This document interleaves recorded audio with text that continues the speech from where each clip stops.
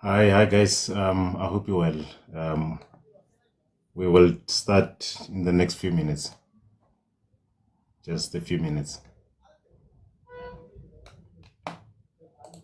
Okay, no problem.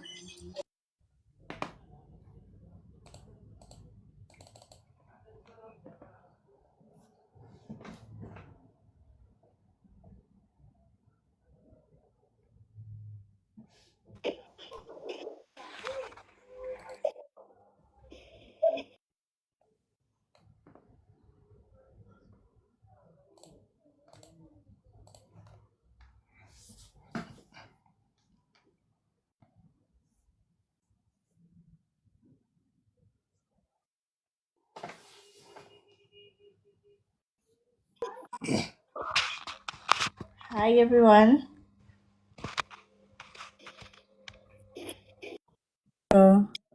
Hi, Teresa.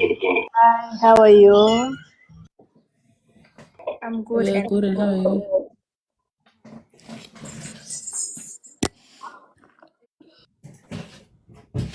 I'm well, thank you.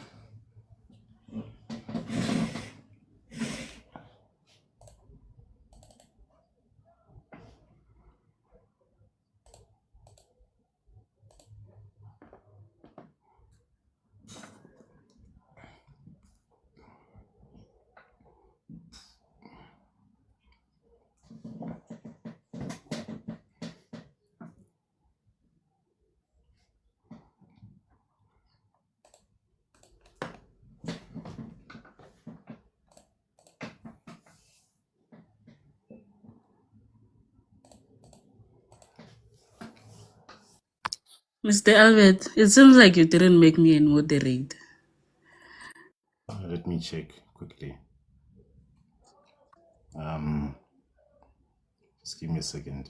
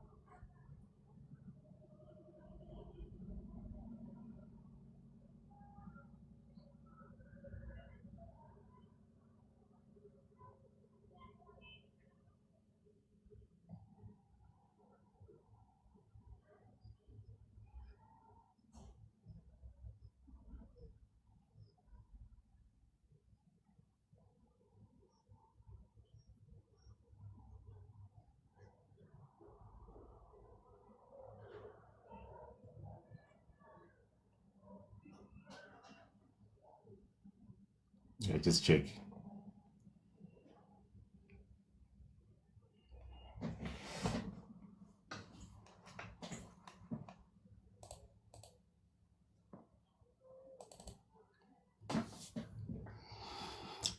No, guys, I think we can start. Yeah, well, let's see how it goes. Guys, my name is Albert Malachine, and I'm from National Graduate Employment Solutions.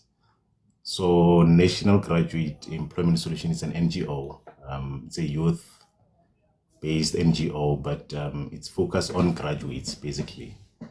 So, it's just a small NGO that is run by graduates. So, because we know that as graduates, we obviously depend on recruiters and other people to provide us with job opportunities. So the NGO was created just to be run by graduates, basically, for them to find their own opportunities in a way and to assist other graduates.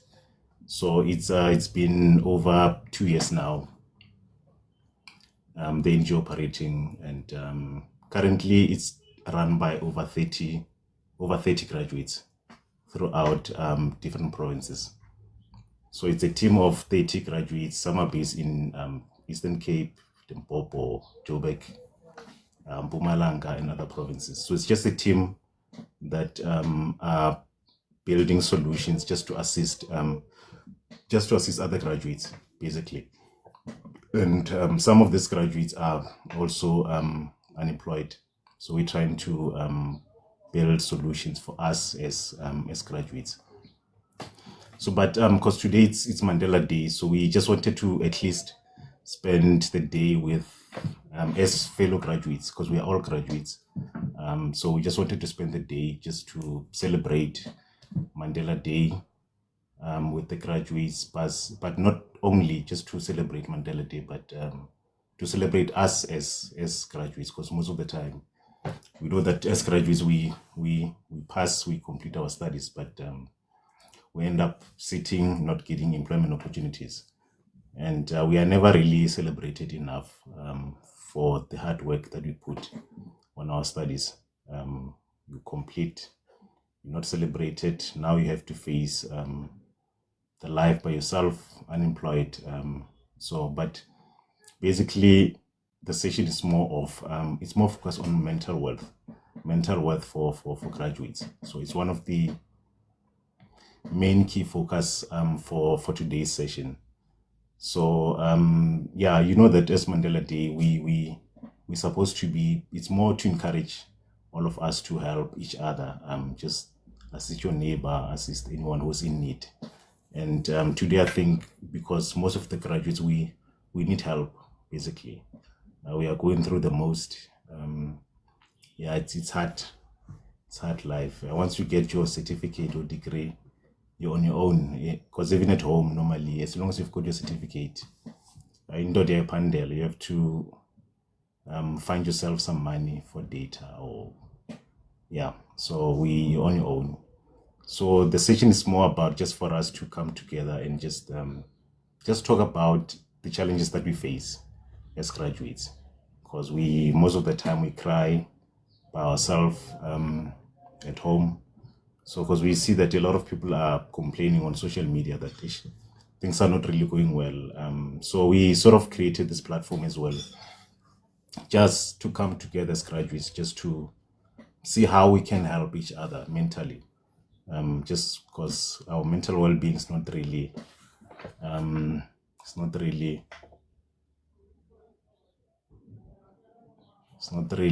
fine. So yeah, basically it's just that.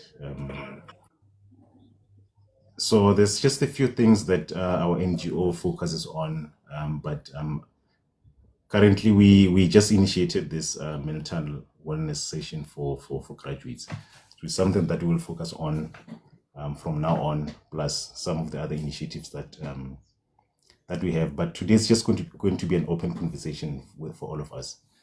So just anyone just can come in and share their story about the challenges they face, because we've had a chat with a lot of graduates already that already mentioned that life is not really as they hoped it will be after graduation. So and our NGO as well, because what we do is that we try to find opportunities for graduates, but as an NGO, obviously we depend on the partnerships that we build with recruitment agencies and corporate and other companies, just to bring in opportunities for our graduates. So, but I think, yeah, for us, I think it's just a matter of coming together just to celebrate each one of us, and just to see how we can help each other. So today we've got, I've got my team. I think there's over 30 of my members in this live session today. As I mentioned, that I've got about a team of 30 graduates that are part of the NGO. So they just came in as well. As I mentioned, that the NGO was started just to be run by graduates. So they are the one that are in charge. They are the one that are building solutions. They go out there to find solutions and build, especially on opportunities. So I've got my team today. I've got a team from Nedbank as well in the session. We've got a team from African Bank as well, because one of the corporate social responsibilities for Nedbank and African Bank, they support mental well-being for graduates. So when they heard that we'll be hosting this session today, so they decided to come in and join us on the session, just to support. Especially the main idea is for all of us to raise our concerns, our cries, so that even corporate, they can understand exactly what we face as well. So in the next sessions, we'll be inviting as well some of the wellness professionals and some of the recruiters as well, just to at least get to understand what we face as graduates. So I believe that most of us here, some we may be employed, but we're not necessarily where we want to be. Yeah, so we're still going through the most. So it's just a matter of trying to get corporate and recruiters just to come in and listen to what we face, you see. So that's why we brought the Nedbank team as well, and African Bank. They will come to share some of their stories as well, because some of our graduates as well from these two banks. They'll just come in later during the session, just to at least share what they think about these challenges that we face. So hopefully they can take our messages back to their offices and see what they can do for us as graduates, because they do have some of their CSI initiatives focused on mental well-being for graduates. Yeah, we've got, I think from Nedbank, we've got Given, we've got Matlasello. Then from African Bank, we've got Nokwanda and Lumka.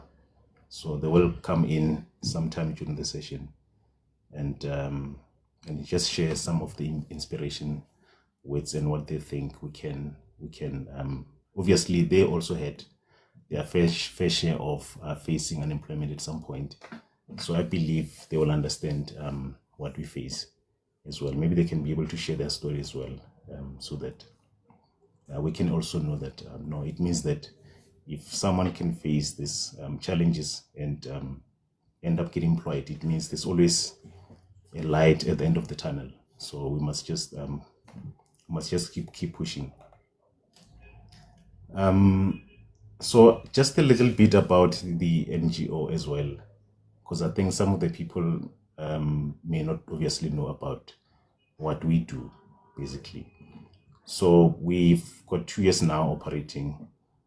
As I mentioned, that the whole idea of the NGO from the start, it was to get a team, or to bring in all the graduates to come in together and sit down and come up with solutions for us to get employed, basically. Because I know that obviously every graduates, every day when they wake up, they go to internet cafes, they check jobs, they apply. But some, they take a lot of time without getting employed, like 5 years, 6 years. And obviously, maybe there might be something that you're missing at some point. That's why you take a lot of time. It can be either according to me, I believe that there's a course that you can do and not get a job.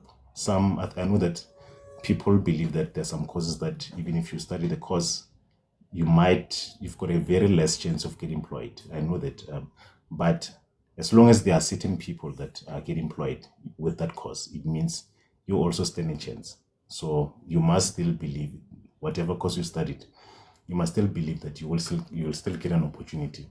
No matter it's a very small industry, but I believe that as long as you studied, every year, every day, there's always new people entering that job market, in that career field. So it means that you also stand a chance. So I know that a lot of people study a course complete, after 3 years, they change to a new course. After they change to a new course because they feel like, no man, I think I did a wrong, I entered the wrong industry. But I believe that there's always a way to enter, no matter it's a good or a wrong course that you studied, but there's always a way to enter.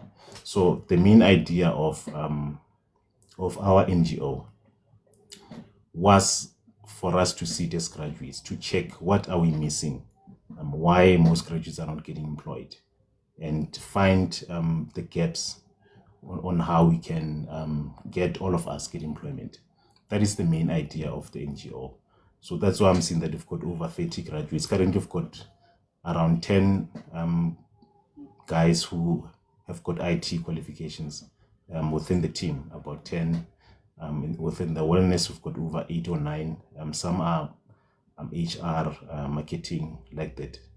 So the main idea was for us to sit down, and we're still looking for some of the graduates that maybe have got more skills, or they know they've got good networks that can come in to say, no man, I think you can do better here and there. So even this session today, it's just a matter of us to say, okay, because we've already built a team of graduates that will sit down to build solutions on how we can get graduates employment. But now, if we're sitting down at the corner there as a team of 30 graduates trying to build solutions without getting the other graduates involved, then we may end up doing it wrong. So the main idea of the session, yes, it's for mental wealth for us as graduates, but it's also to understand our cries as well, just to check what is it exactly, what are the pain points, what are we doing wrong, and what each graduate, the pain that each and every graduate is facing, so that we can take those pains and try to see how we can find solutions to those pains. You see, so it's one of the main reason for this session today. So it's just for all of us. And as I said, the NGO is not for us as a team that is currently within the NGO. it is for everyone, every graduate out there that feel like, no man, I think I can be part of this team, and I can contribute something that can help build this NGO or find solutions. So we're just looking for anyone that feel like, no man, I think I've got better ways that things can be done, or I've got a good network of someone that is always looking for graduates to just for support in a way. So my request from all of you is that if you have a way that we can get our graduate employed, or a way we can support the mental well-being for our graduates, please come forward and assist. So we're just an NGO that is run by graduates, basically. So and within the past 2 years, like within the work that we've done in the past 24 months, I think we've been recognized a few times, and we've won a few awards. Even when is it this week, we were selected as the best rising NGO in the country, and unfortunately, we didn't get the final award, but at least we were recognized as a finalist. So we were one of the top 3 within the best rising NGO category. So meaning that it means there is potential, there is something that corporate, because the awards was hosted by corporate, so meaning that they can see the work that we do. And so far we've already had some agreement with some of the recruitment agencies and corporate that normally comes to us when they're looking for graduates. So we're still looking for more companies. If you know of any company that normally require maybe that we can collaborate with, please bring them here. We don't charge a service. We don't charge. We just take your CV. As a graduate, we try to find you employment opportunity. We don't charge a service. So if you go to our bio here on our TikTok profile, there's a link, a CV submission link there. So it's also available on our website. On our website is www.ngesolution.co.za, or just search National Graduate Employment Solutions. We are available on LinkedIn. We are available on all social media platforms, basically, like from Instagram, Facebook. Just search the full name. You'll just see us with our logo. So there is a CV submission form, submission link on our bio there. So you just need to submit your CV. Then we take it from there. But as I said, we just a team of graduates that try to find employment opportunities for graduates. We don't have in-house employment that we offer. So we go out there, then we try to partner with these companies that hire. So then we become a middleman in a way. So today the session is just more about our the wellness session, basically. But as I mentioned, that the NGO basically is just to help you find employment opportunities. So, okay, there's two, I think maybe I'm missing some of the things. There's 2 things that, there's 3 things that we are currently focusing on as an NGO. So the first one, as I mentioned about employment opportunities, there's 2 initiatives. The first one, we have developed a job application solution that we apply jobs for graduates on a daily basis. Our team search jobs online, on the website. There's a lot of platforms where we find jobs. Then our team apply jobs for graduates. We use an automated system that we just check job online, then we apply for you.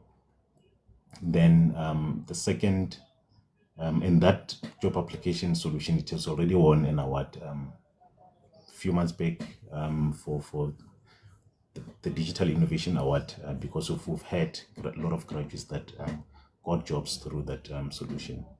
And now we're busy building a second solution. It's a graduate recruitment platform where, as graduate, you submit your CV to us. It sits on our platform. Then we take the platform to corporate or recruitment companies, whereby whenever they recruit, they just log into the platform. Then they filter to see, okay, we're looking for graduates based in Limpopo or Eastern Cape, wherever. There's a lot of filters there that there's a lot of filters. They can just say we're looking for so then you'll just get a call without even applying for a job, because obviously you submitted your CV to us. Then these companies, they will have access to your CV like that.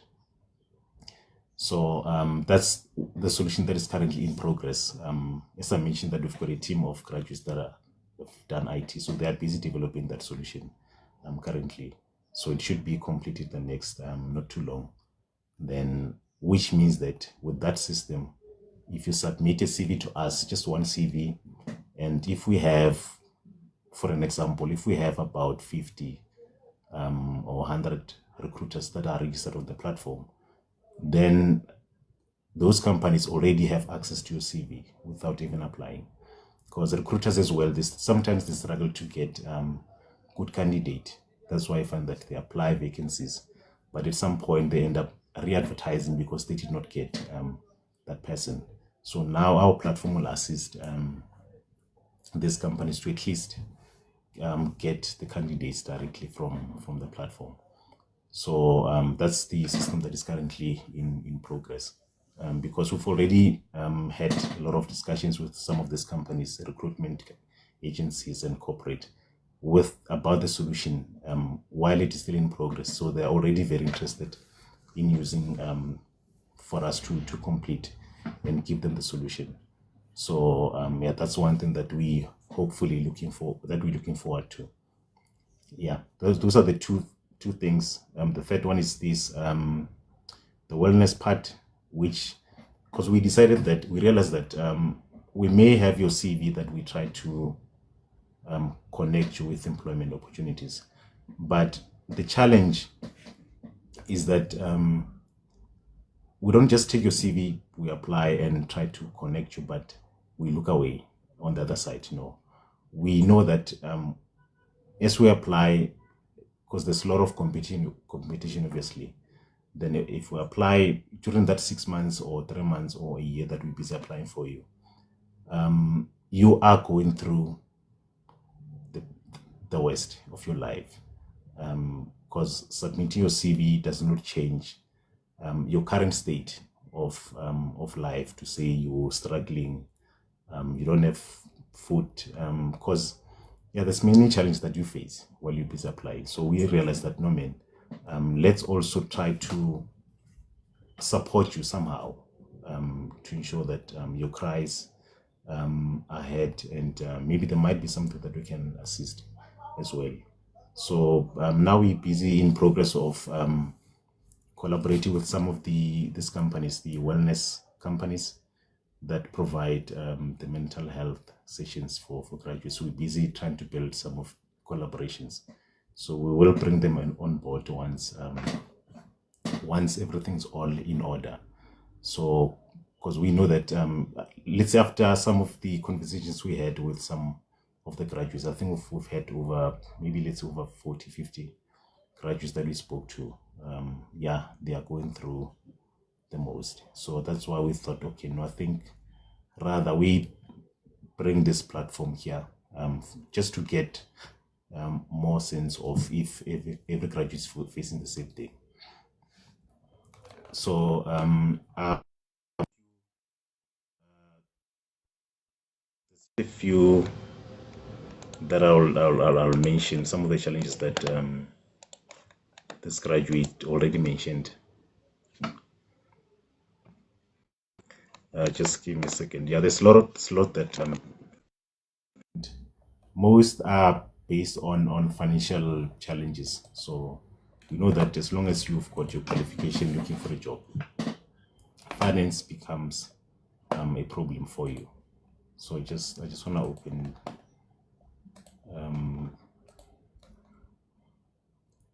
Yeah, because most of the graduates, you've got a qualification.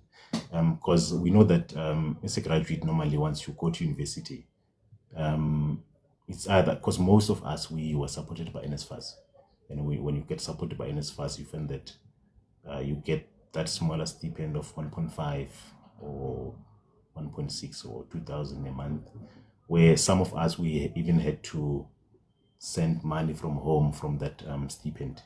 Imagine now that once you complete, there's no longer that smaller thing that you supported your family with from the NSFAS. Now you're on your own, and obviously the family is looking at you to say, "Happened, or are you done? You need to change our situation in love here at home."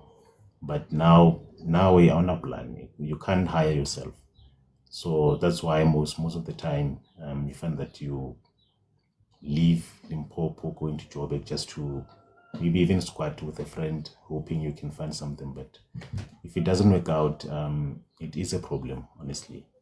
So I know that all of us we're facing a problem. Even as a new graduate getting a new job, you still have to, because you find that you're getting 5,000 or 4,000 a salary, but it doesn't really do much. So that's one of the challenges.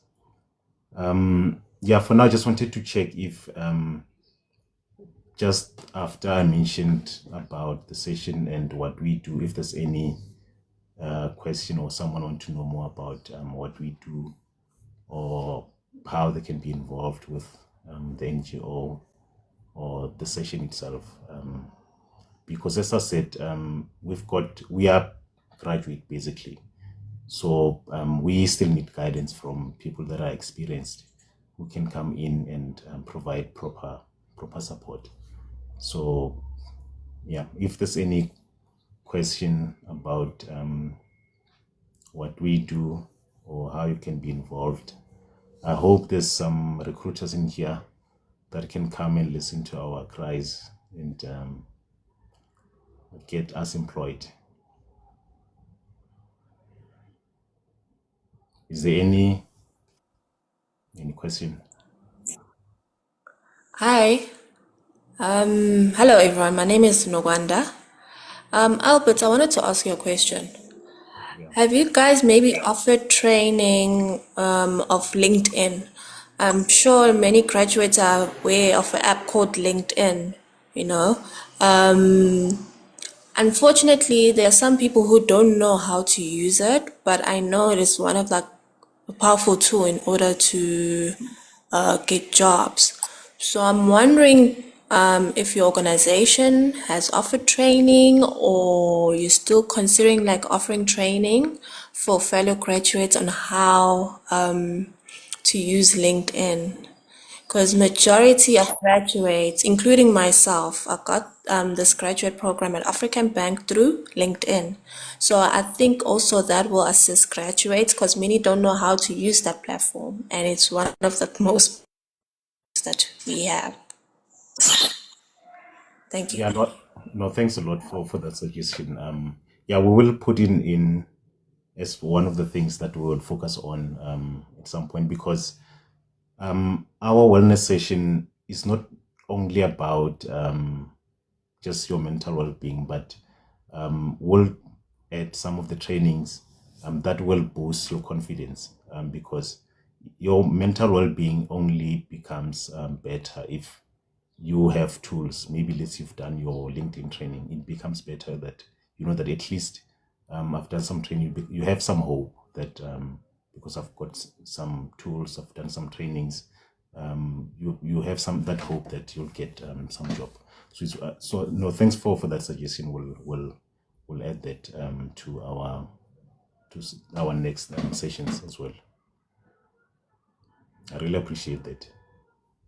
Yeah, we need a lot of suggestions, guys, because yeah, we don't know everything. So obviously, there's a lot of people who know better, have got a lot of knowledge, a lot of skills, and some suggestions of some of the initiatives that we can add to our platform. So do we have someone else that have got a question or maybe suggestion?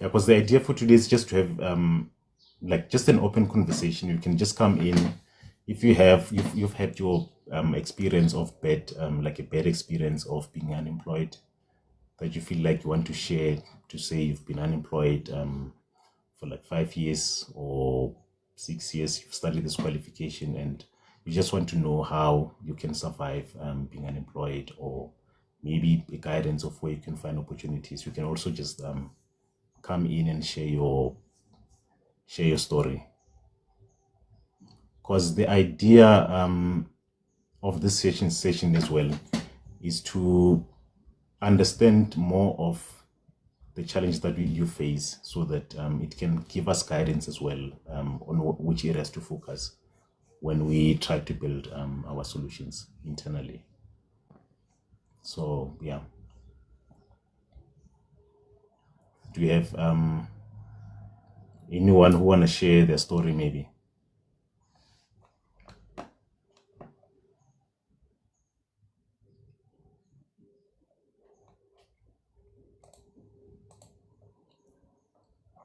Okay.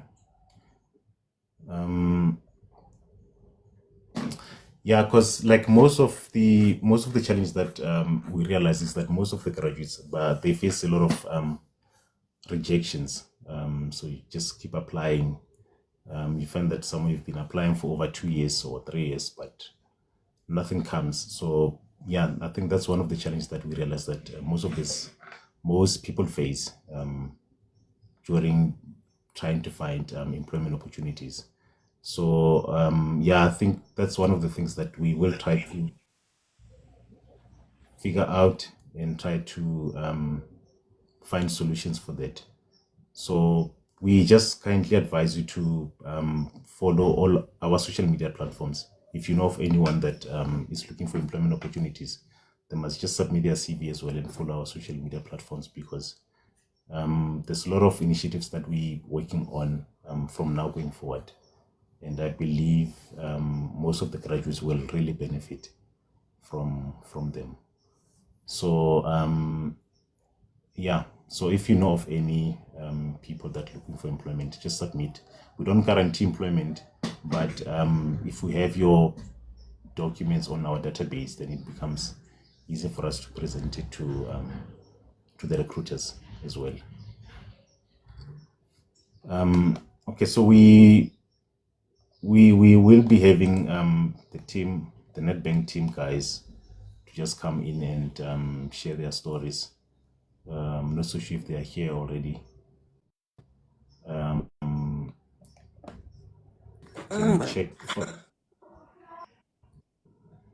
you check for us, Ntokozo? Hi, we've got Bendulo as well. I didn't see you there, Bendulo. Yeah, Bendulo,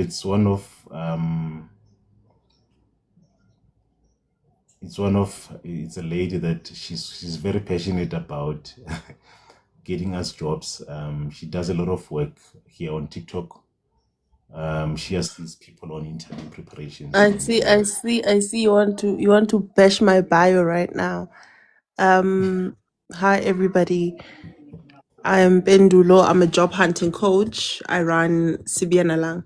So I know that if the reason why I was requesting is because if I'm joining, then maybe also people in my community will see that you're live and they can come in and listen. I know I told you that I'll be traveling. We haven't yet left. That's why I reached out and say, I think I'm available. Maybe I can come in, but I will definitely leave in between or before the session end. What time are you planning to end the session? Just around 3 o'clock. Oh, yeah. I will definitely leave before it ends. Yeah. So maybe you can just come in and maybe just give our graduates some guide here and there. Maybe you can also mention what you do as well.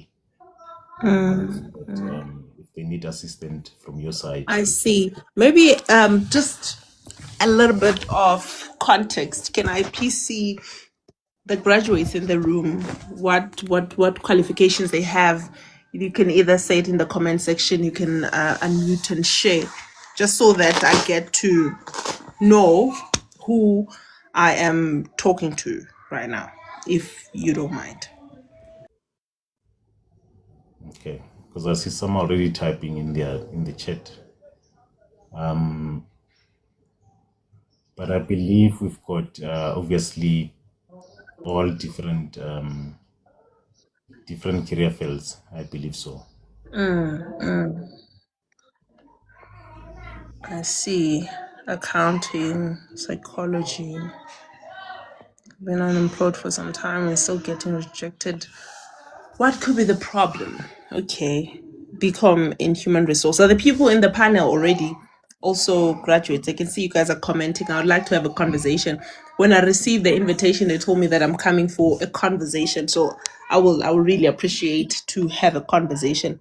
The people in the panel, can you please share your stories as well? Okay, good morning. Can I come in? Yes, you may. Yeah. Okay, my name is Thabo. I've graduated with political science from the University of Okay, Pretoria. I graduated in 2016. So this year has been 10 years. Is it Yeah. 10 years of not working, or you did work at some point? No, I did work. I eventually had to take any other job. So I had to go and work at ShopRite because I was not getting a job for that particular qualification, you know. So Okay. I just, yeah. So, but ever since, still, I haven't gotten the job for that qualification. I even started another qualification now, but yeah, but it's still haunting me to say. But for 10 years with a degree in political science, I couldn't even get an internship or Are a you learnership. politically active though? Yeah, I was politically active, but I didn't want to become a politician. What was I your don't plan? know. My plan was to maybe to become a policy maker, and, to become a supporting You structure. can't come to a field and then you start by being a policy maker without knowing what's No, happening in the ground. no, not a policy maker in a sense of maybe having a seat in parliament, but becoming an administrative personnel Okay, yes. cool. But also I've also tried to take that route, you know, because at some point I've contested for elections, for local elections, for a councillor.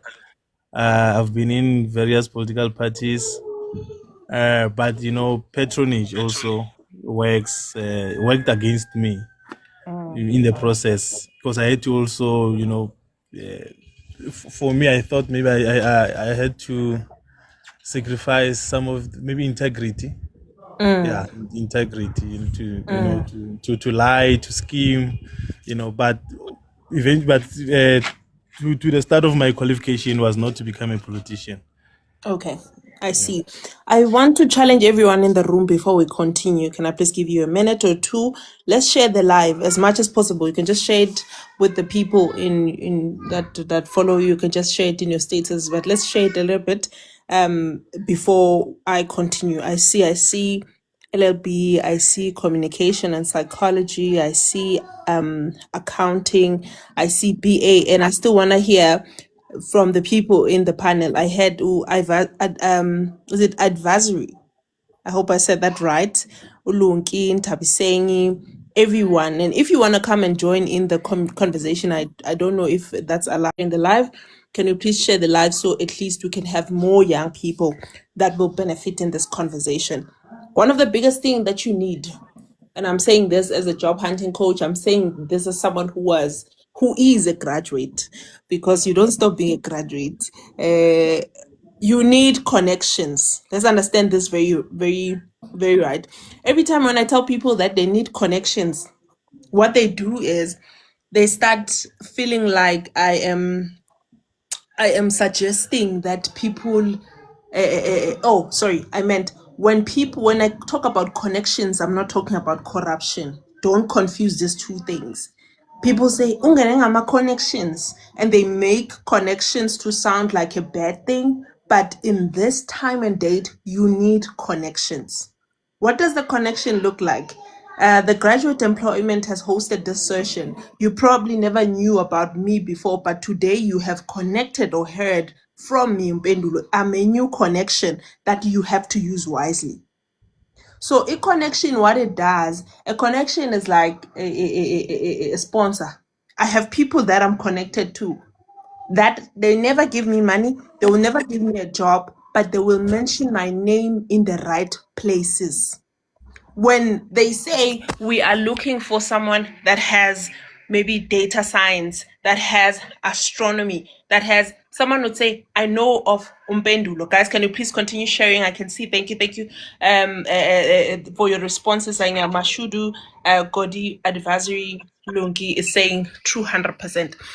So if you don't have a connection, uzoba nenkinga. Ngiyaphinda futhi for those who just joined us now. Connection and corruption is two different things. I normally say that if they are looking for the surgeon or Dr. Wentlizio to come and operate the heart, and then I decide to bring someone lona grade 12 umalumu wami, umzala wami, to come and operate the heart when they don't have the right qualification, you can say that is corruption. But if I can go there and say, I know someone that has this qualification that can fill in this position, because we must remember that they don't hire us because they are feeling sorry for us. No. We don't hire people because we feel sorry for them. We hire people because they are bringing solutions to the company's problem. So you guys need to learn how to sell yourself. I have a company, it's called Sibiana Lang. That's where we do the job hunting. That's where we do all this work that I do. Sometimes we run out of maybe we don't have CV writers, we don't have the application team. Maybe someone has gotten a new opportunity. And then I sit down with my team, they're like, Pendulo, we need more people. When I go and I post, because I have a lot of people following me looking for jobs, if you're gonna write to me and say, Pendulo, can you please hire me? I have 6 children, I'm a single parent. You're not solving Sibiana Langa's problem. Sibiana Langa is looking for a CV writer. But if you come and say, Pendulo, meaning dalang pala ma CV, I have this, I did this, I did that, and you even show me your CV. Nami ba impressed, no, this one I can easily train them faster so that they can catch up and start doing their work. So as young people, as graduates, we also need to learn the art of selling the value that we bring in the table. I normally say, Batini, a job seeker is a brand. You must look at yourself like a brand, like a service provider. When you come and you are looking for an opportunity, you come as a service provider. Say, hey, I can give you these services, because that's what it is, employment. A company is paying you every month for the services that you're providing in the company. If you're an administrator, you're actually giving the company administrative services. So you need to learn to sell yourself. You need to learn to tell them that I can solve your problems. I can see that well explained. I love it. That's what's the best way to network. The best way to network is to a joint session like this one. This is the most accessible way to network. Live sessions are always happening. You have the data. Right now, I'm speaking to you. You're like, oh, no, Pendulo, you're probably gonna follow me, and then you start seeing that, oh, Pendulo is doing this. But there's someone here who is following Pendulo but never knew about the graduate employment NPO. That time Pendulo is always making you pay for you to apply for it. But now you have an NPO that would apply also on your behalf. That is how you broaden your network. There are job fairs, you attend events, you speak to people, but also you need to know how to sell yourself, how to say, this is what I can bring in the table. I can see people are continuing sharing the live, and you can see that we're having more people that are joining us. So you sharing the live, it is definitely sharing, helping. Do I have any other person that want to come in and share their story like Advisory did?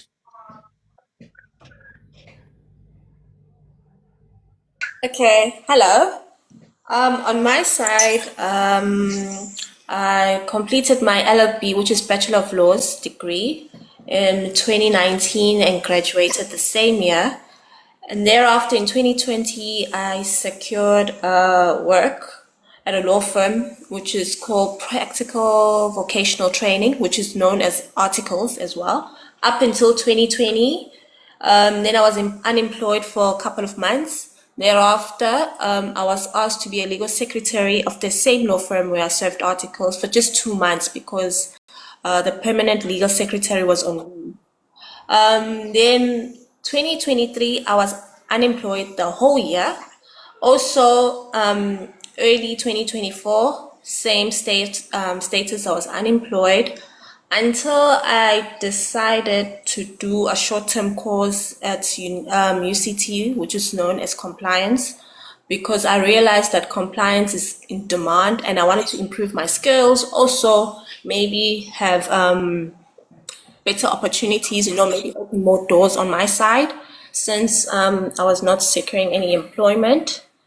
Up until late 2024, where I also got a job as a legal secretary at a law firm as well, until I started to use LinkedIn, started to do research on how can I use this platform, because I would see a lot of posts of vacancies, but still I wouldn't know how can I attract the recruiters. So that's when I started to make sure that my profile picture was a professional profile pic, also my bio, so I can get the attention of the recruiters. Up until April of this year, when I took a leap of faith from private law practice to banking sector. I saw a post on LinkedIn that they're looking for graduates, so I took a chance, applied, went through the interview process, and now I'm at African Bank as a legal learner in the legal department within the business and commercial banking because of LinkedIn. Hence, earlier I asked Albert, maybe has this organization offered fellow graduates training of LinkedIn? Because also on my side, I didn't know how to use it, to be honest with you. But I did research, and I am here where I am right now because of LinkedIn. So yeah, that's my summary or history of If I may my ask, life. how exactly did LinkedIn assist you? Did they approach you, or you applied? Okay, I applied. You see, there's this section on LinkedIn, open to work, where you place on your profile and then you state okay, what you're interested in. So I saw a post from HR of African Bank, stating that they are looking for graduates, right? So I applied. You see, I applied. Cool, great stuff. Oh, get the hell out, Raj. Okay. I wanted to so I had this conversation not this week, last week with Coach Sbu. He's a LinkedIn expert as well. The conversation was also posted in our YouTube channel. Our YouTube channel is Sibian Alang. That's where he was giving us in-depth explanation of how to use LinkedIn, because personally I do revamp LinkedIn's for other people. After revamping it, someone would feel like, okay, my LinkedIn looks so good, but I don't know what to do, because LinkedIn is not social media like you just create content, it's a networking space. It's not like any other social media spaces, and Coach did very well to explain that part.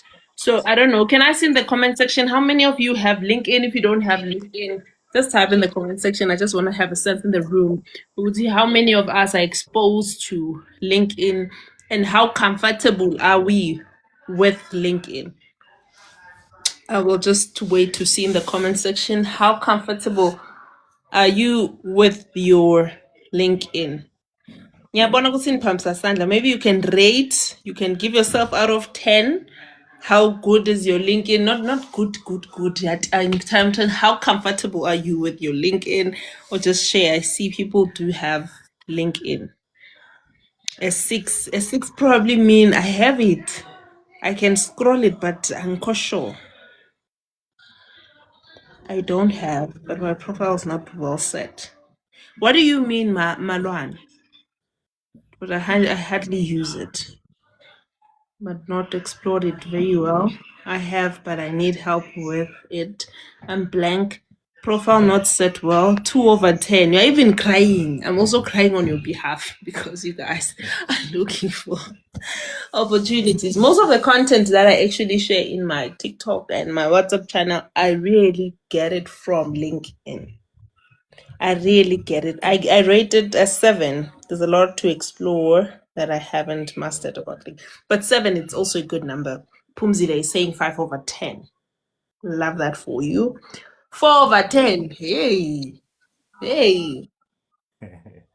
Yeah, I so I need help think setting it up. Yes, Utin because I Albert. think one of the benefits of LinkedIn is that it provides easy accessibility to advertise jobs, especially because it does have an app that you can download, a LinkedIn app on your phone. So, because most of the companies, when they advertise, they do have their job advertised on LinkedIn as well. Even if when you apply, obviously, it takes you directly to the website. But it does have a section of vacancies where you can just search to say I'm looking for accountants, so that it every time when they advertise accountants jobs, you just go in and it shows the job vacancies advertised. But I think it's one of the advantage for LinkedIn. Yeah. Nokuthokoza. I think you have a question from advisory. I don't know why angakubuzanga ngoba panel, but it's asking if you're an admitted attorney, why not you Oh, open on? okay. Oh, okay. I'm not admitted as an attorney. As I said, after serving my articles, okay, I was unemployed. I started writing board exams, right? However, I didn't finish. I'm left with one paper. As we speak, I'm writing next month, you see. So I was focusing on board exams. Hence, I'm not admitted as an attorney, and I'm still left with one paper. Okay. But in terms of law practice, I'll be honest with you. You see, when I secured articles, my main goal was to be an admitted attorney. I was just focusing on being a lawyer and stuff. But as I stayed at home and as I started like being interested in other fields, also which are under law, like for example, compliance, I started having more interest in the corporate field. Hence, I did compliance, and hence I took a leap of faith. Even though I didn't have any banking experience, I applied at African Bank, and I'm there now. So, in terms of private practice, not that I lost interest, but I feel like I shifted my focus from private law practice to more corporate and commercial side of banking. So, yeah. I Okay. hope I answered your question. Advisor verifications. Kelly, let me tell you something. LinkedIn doesn't look, or the recruiters don't look, okay, how many qualifications do you have? They don't care about that. As long as you see with LinkedIn, what I always say is nice about LinkedIn, especially when you put the open to work, you can choose, okay, what type of job vacancies that you want to see on LinkedIn. Because LinkedIn, actually, what can I say? LinkedIn, let's say, for example, on my side, when I was applying, I said I wanted to be in like risk management, compliance, maybe legal assistance. And then you see there's this heading, what is it called? Job post. What LinkedIn does, it takes all those vacancies of compliance, risk management, and compile it under one section. So it's easier for you to go through and see which job you're interested in. That you don't have much qualification, that don't matter. But at the end of the day, you're a graduate, you study for something because you know what you want to do in future. So don't be afraid, create one. There are so many jobs. Even the international companies always say they're looking for South Africans or looking to employ South Africans as well. So, yeah.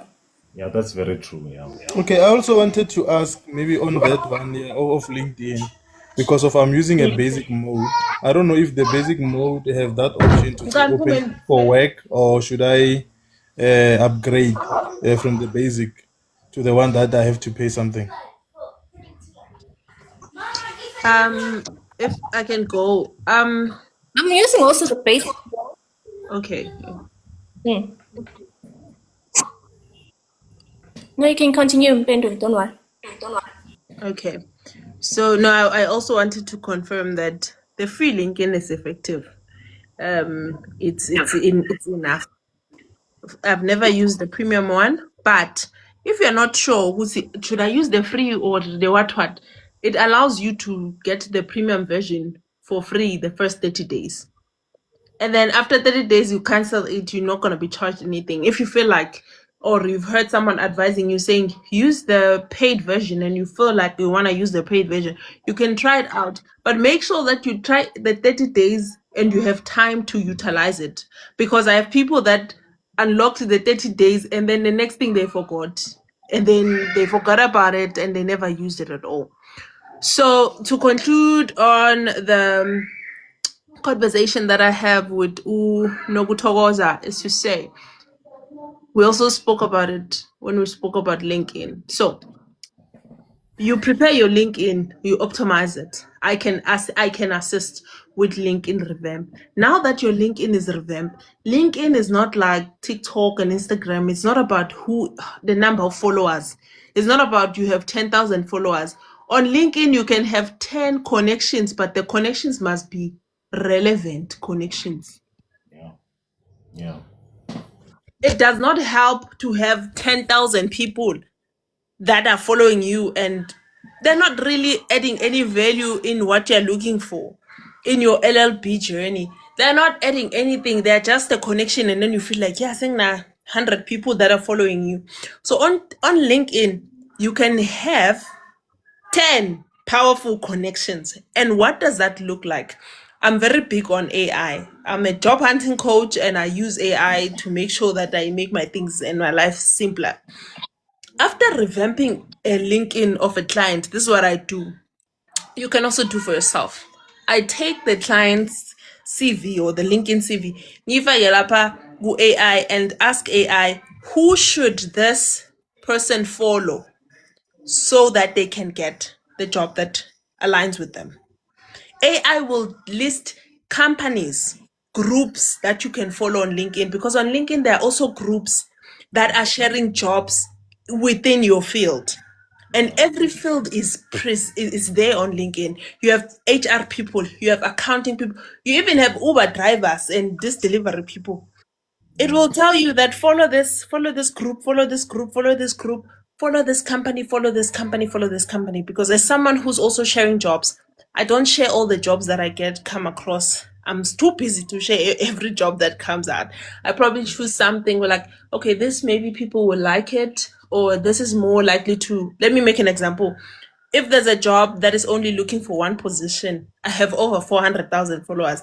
That job will, hey, it won't get much traction. It will help less people. So I'll go for something that will say we're looking for 200 people. But maybe that one job it was for you.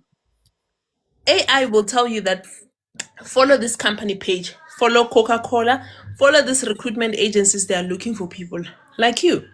And then you make sure that you are following people strategically.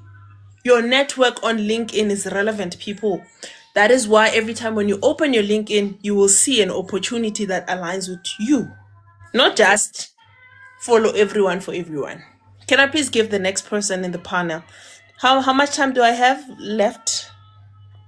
I think ideally we're hoping to have the NetBank staff and African Bank staff to start at 12:30. So you can, yeah, I'll still have post some the time. week on as well. The next person that would like to share, please. Hello, guys. Hi. NetBank staff here. I think I joined earlier. Thanks for joining. Yeah, my name is. Okay, I have a lot of names, so I guess it depends where you meet me. And okay, professionally though, government name is Mutlasello. And I am currently a product designer in NetBank. So I'm in the group GT, group technology space in NetBank. And I have so much to share and so much to say. So now I just need to quickly organize my thoughts. I'm just going to start. And absolutely nothing to do with tech at that point, and I didn't know anything about tech. I literally thought I was going to be the minister or something. And then I was then employed in the Department of Human Settlements as a policy and research intern. So what was nice about that department is that it was super understaffed. So we ended up advisory, yeah. It was super understaffed. So we ended up doing a lot of assistant director jobs and getting a lot of responsibilities. Like a lot of the policies were drafted by us, and even as interns, and then the research papers. I know there was a research document or booklet that was even printed and shared. And yeah, even though my name wasn't on there, it was literally done by me. So that was a nice background or foundation for me in terms of where my life would take me. And then I was unemployed. After that, it was a 2-year internship. So from 2020 to 2022 March. So from March, 2020, then because I thought I was going to be in this policy space and stuff, I took on an LLB degree.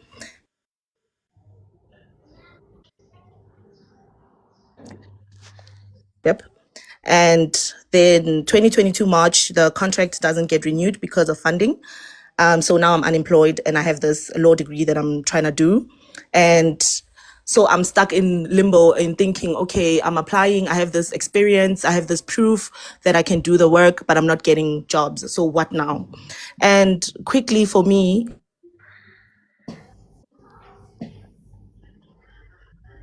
feeling that, okay, I don't want to ever find myself in a situation where I have work experience, but it's seeming very irrelevant to where I need to go next. I just want to be employable at all times. And I think that was something that I'm very thankful to myself for thinking about, because then I took up reskilling really quickly. And at that point, it was when it was 2022, where everybody's telling everybody to move to tech. You don't need to know how to code to be in tech. And then that's when I started learning about UX and UX UI.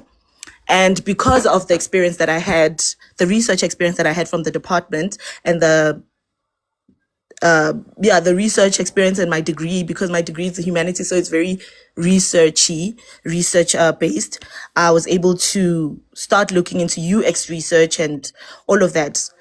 And at this point, when you are outside, you don't really know what you don't know, especially in the tech world where roles are so many. There's so many roles, but if you're not in that world, you do not know those roles, and you do not know that you actually qualify for those roles. Just because you have a law degree, you think that you should be in compliance and an attorney and a prosecutor or what, but you don't know how many roles in tech actually need somebody with an LLB, for example. So that was my thing, that I just found UX research and I was like, okay, either UX research or project management, I can figure out how to transition into that and reskill myself into going to those roles.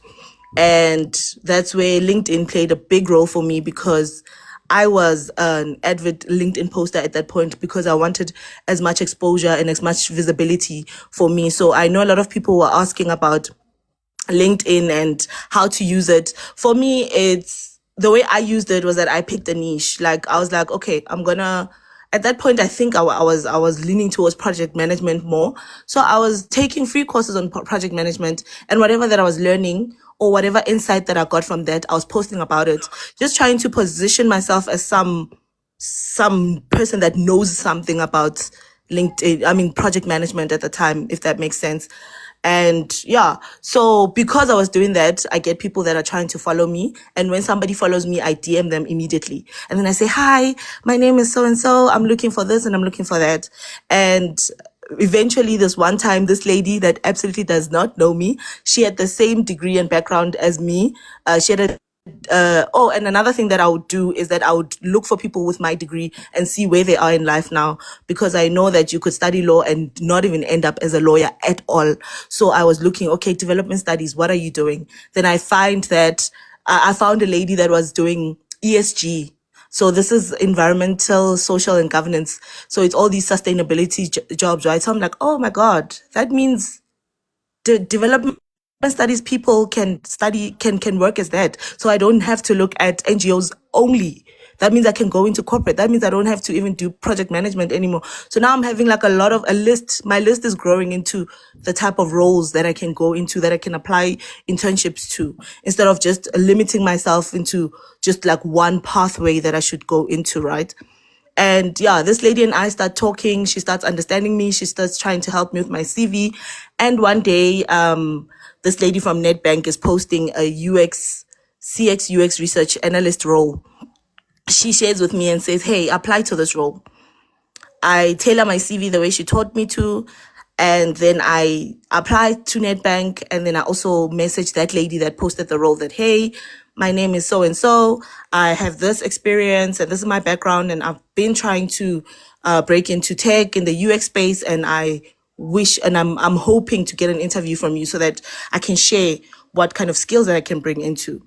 Then Jiggy, the next day, guys, I'm not even exaggerating, I get a call from NetBank. Oh no, she responded and said, hey, did you apply using the NetBank link? I said, yes, I did, but here's my CV as well for your reference. Then the next day, or like not even the week didn't even end.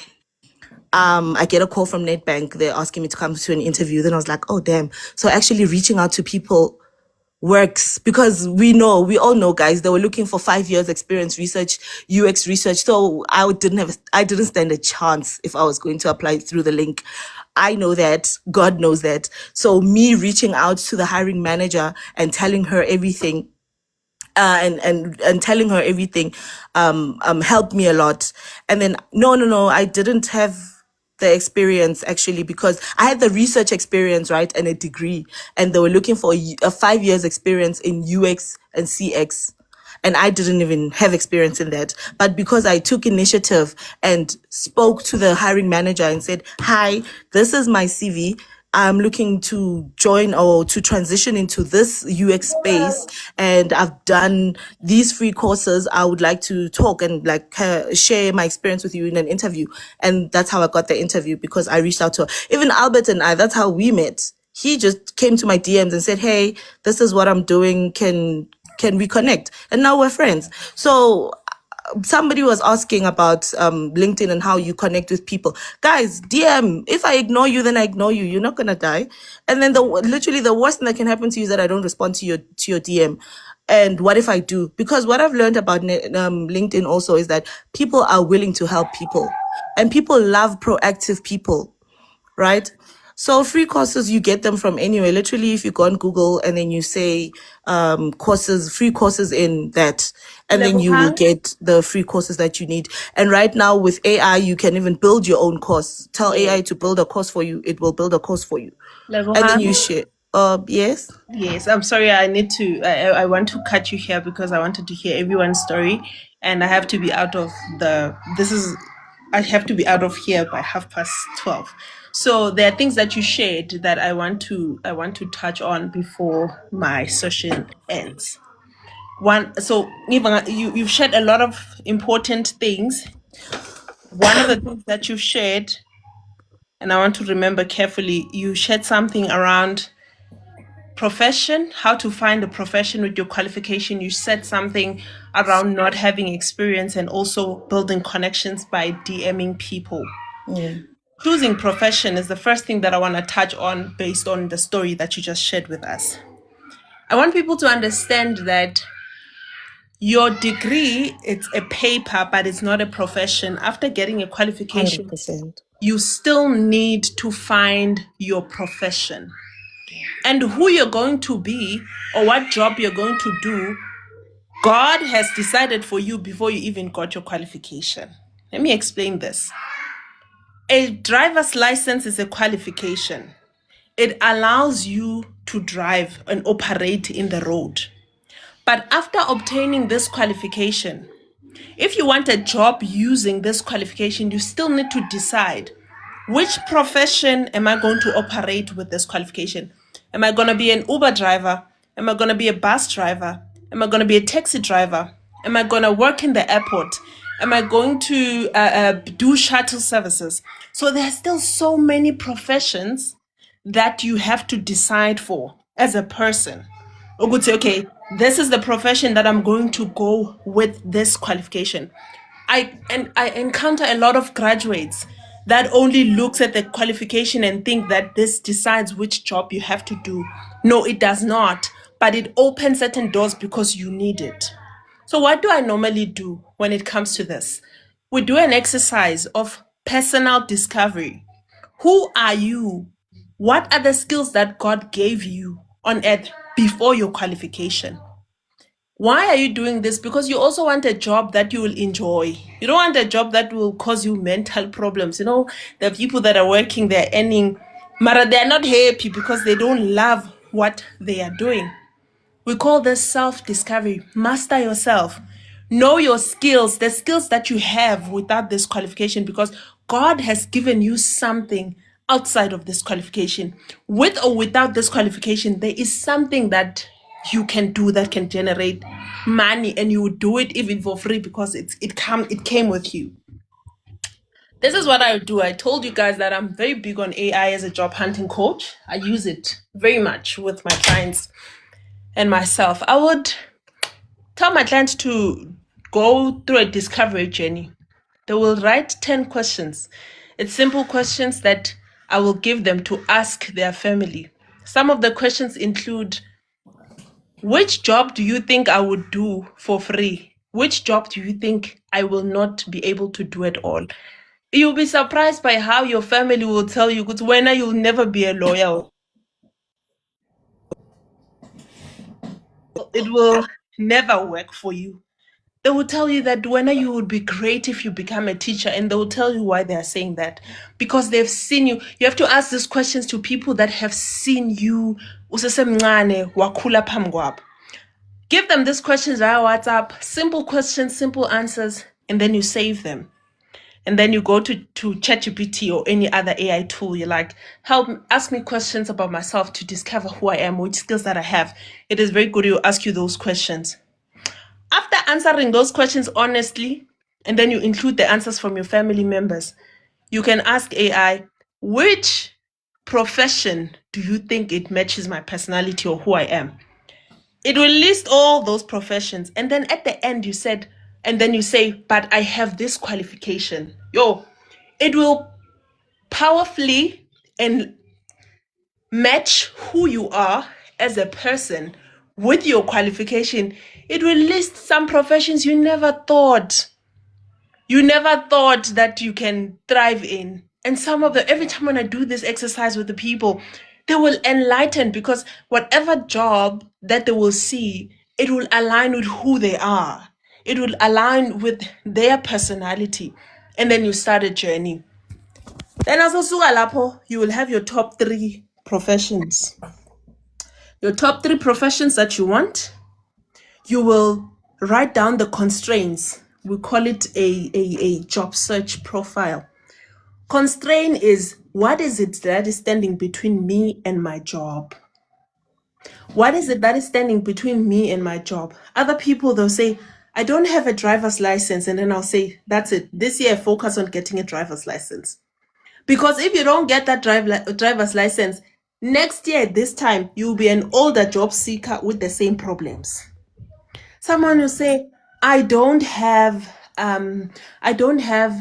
experience. I had a webinar session. I always have webinar sessions on Tuesday on TikTok.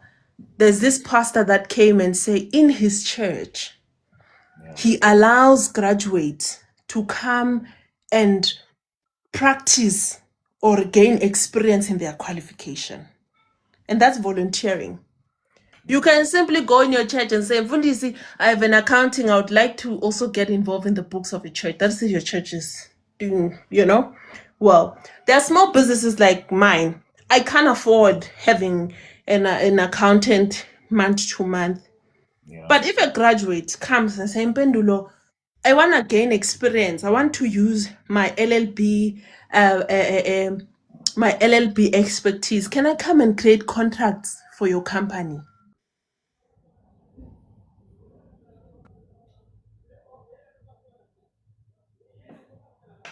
Sorry about that. And then, obvious, because I can't afford. Probably that's okay. You can try. Maybe ngizokuyenzela 500 rand. You don't need to come in person. At least to totally that or something. And then now you're creating contracts for Sibiana Lang. Of course, for me, it would be nice to have you on board, but ukhumbule ukuthi you're also a student, you're also using me to learn, you're also using me to gain the experience. There are so many small businesses. There are so many NPOs like the one that is hosting us today. You can come and say, oh, Shame, can I please do your admin work? Can I please do your admin work just to gain the necessary experience? So that is another constraint. The other thing that you need to know, where do you want to operate? Lawyers, I went to those other lawyers, they were doing transfers. They're like, we are only doing transfers. I'm not in the LLP space, but I know that every space has every qualification has a certain space. They have people that are doing RAF, there are people that are doing compliance, there are people. Where do you want to operate? You need to discover that about yourself as well. Because you can be an administrator in court, you can be an administrator in a school, you can be an administrator in a hospital. This is admin work, but it's in different fields. And in these different fields, they're looking for different expertise and different information. So those are the other things that you must know as a job seeker. The last one that I'm remembering at the head is that you need to know, where do I want this job?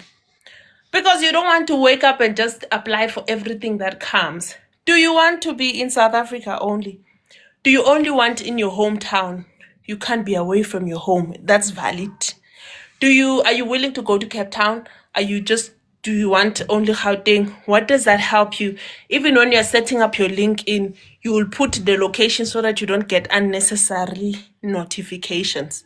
You get notifications that are aligned. So every job seeker, every graduate need to have this vision board or this profile in mind of what am I looking for, so that you don't just shoot aimlessly.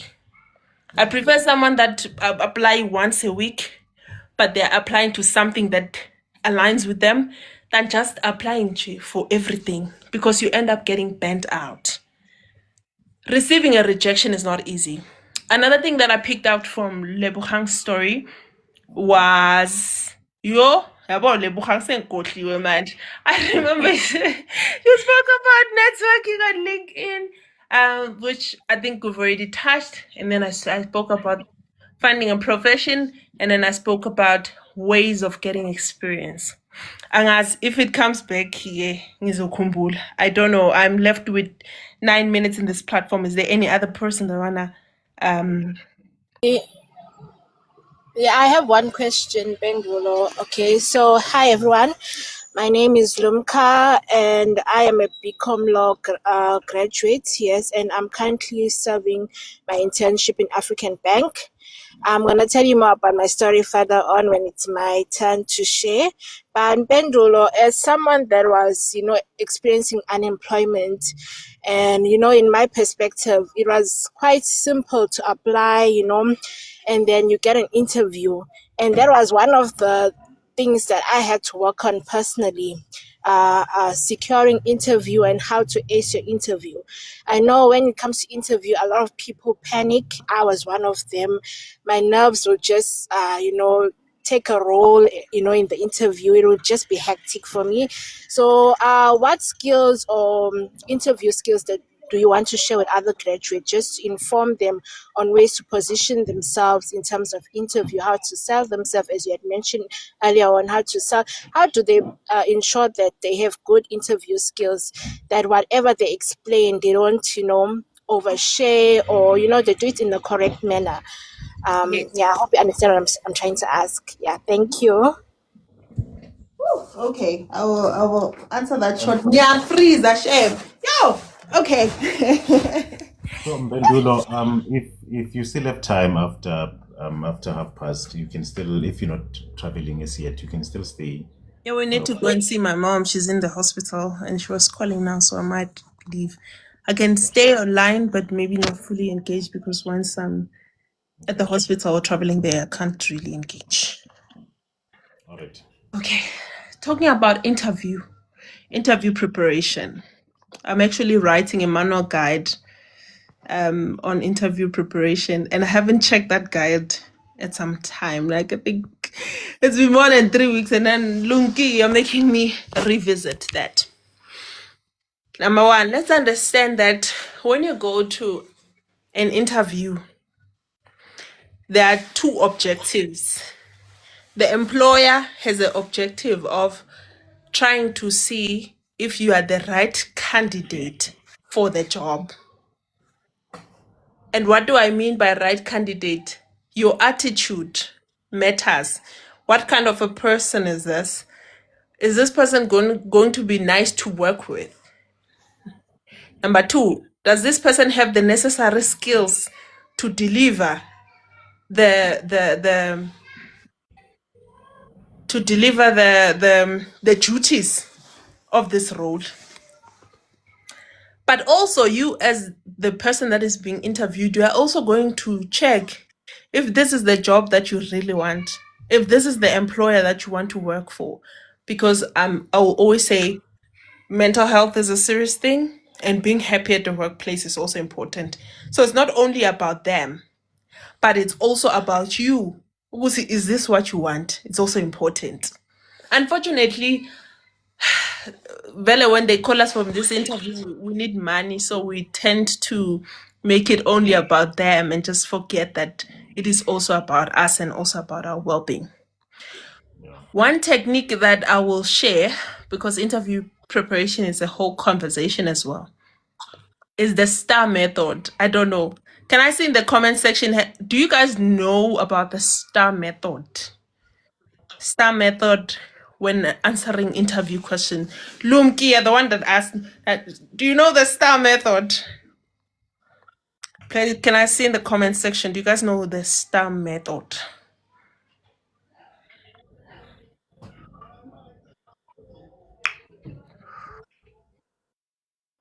I need you to have a pen and a paper when I explain this because I have to talk, but you have to see it. Okay, a lot of people don't know the STAR method.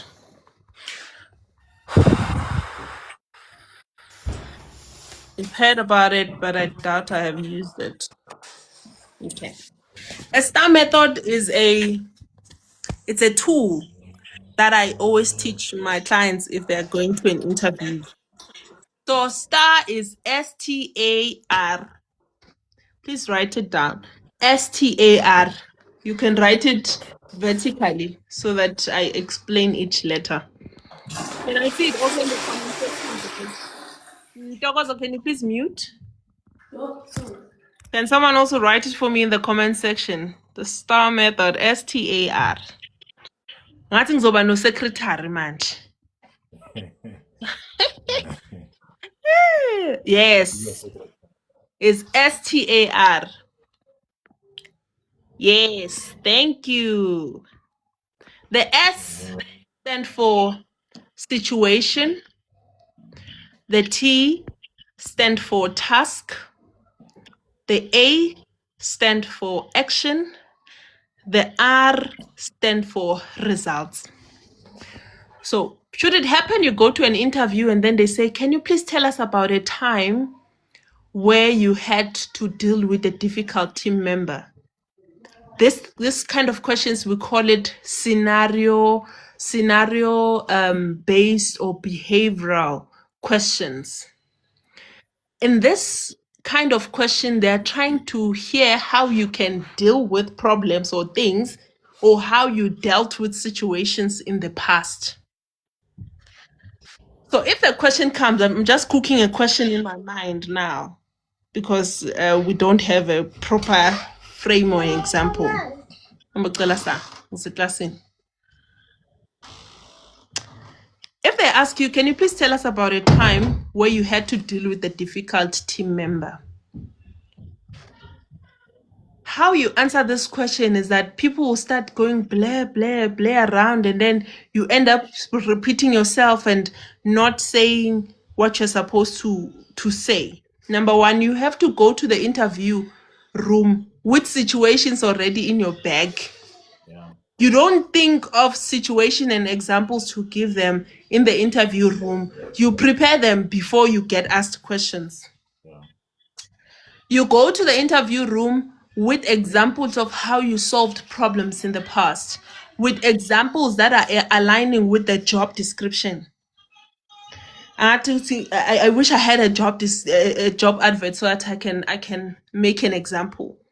If you are a graduate and you don't have an example or you don't have experience, I mean, you can prepare experiments and assignments and research that you did in the past as situations before they ask you. Because sometimes you can go to an interview and change their question and tell them what you want them to hear, which is relevant to the job post. So, how do you prepare your situation? You follow the STAR method. The question was, how did you deal with a difficult client? Number one, situation. Draw the picture for us. That is the S. Draw the picture for us. This is the situation. This is how the situation sound like. In 2022, I was a cashier at ShopRite. And one day, a customer came in, bought something, and when they go out of the shop, they realize that the product has already expired. I've just gave you the situation.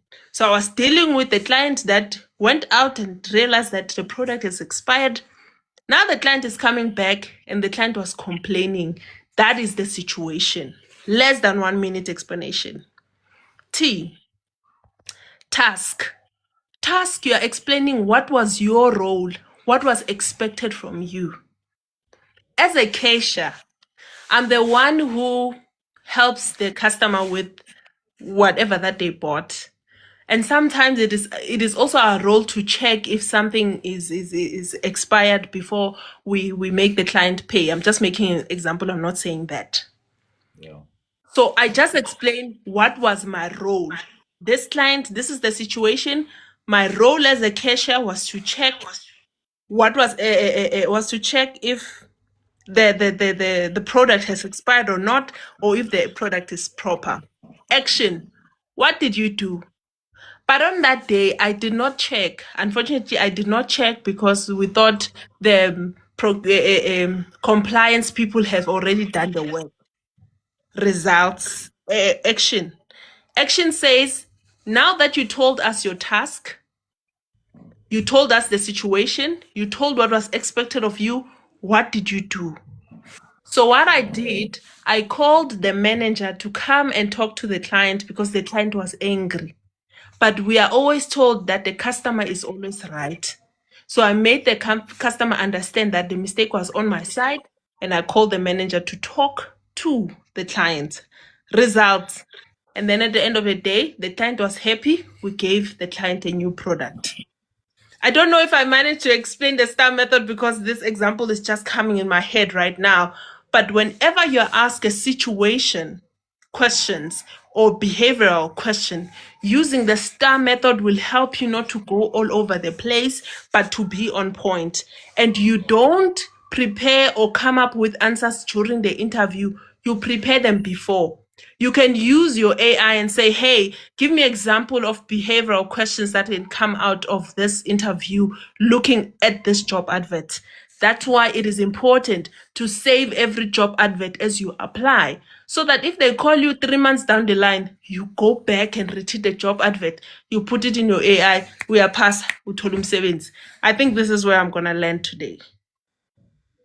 No, thanks a lot, Mbendulo. We will keep in touch. Yeah, you really made this a bit fun, as I hoped. Yeah, so I'll update you. You can just keep, just join, even if you're not saying Thank anything. you. All right, thanks a lot. I really appreciate it.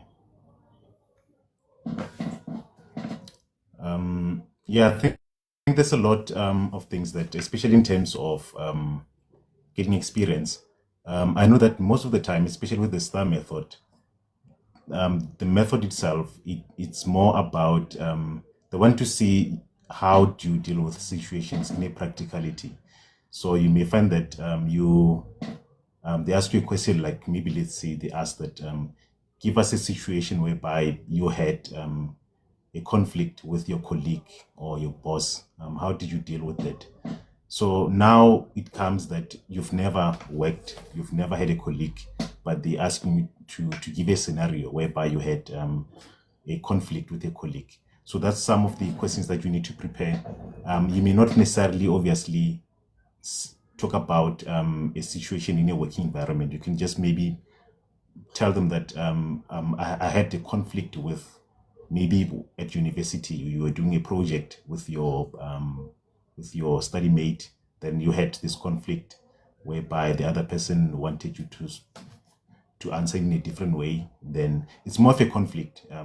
So even if, of course, they know that you haven't worked, you can just say, no, I haven't worked, but in this case, or maybe just put it in a way that if I were to be employed, this is how I will solve the problem.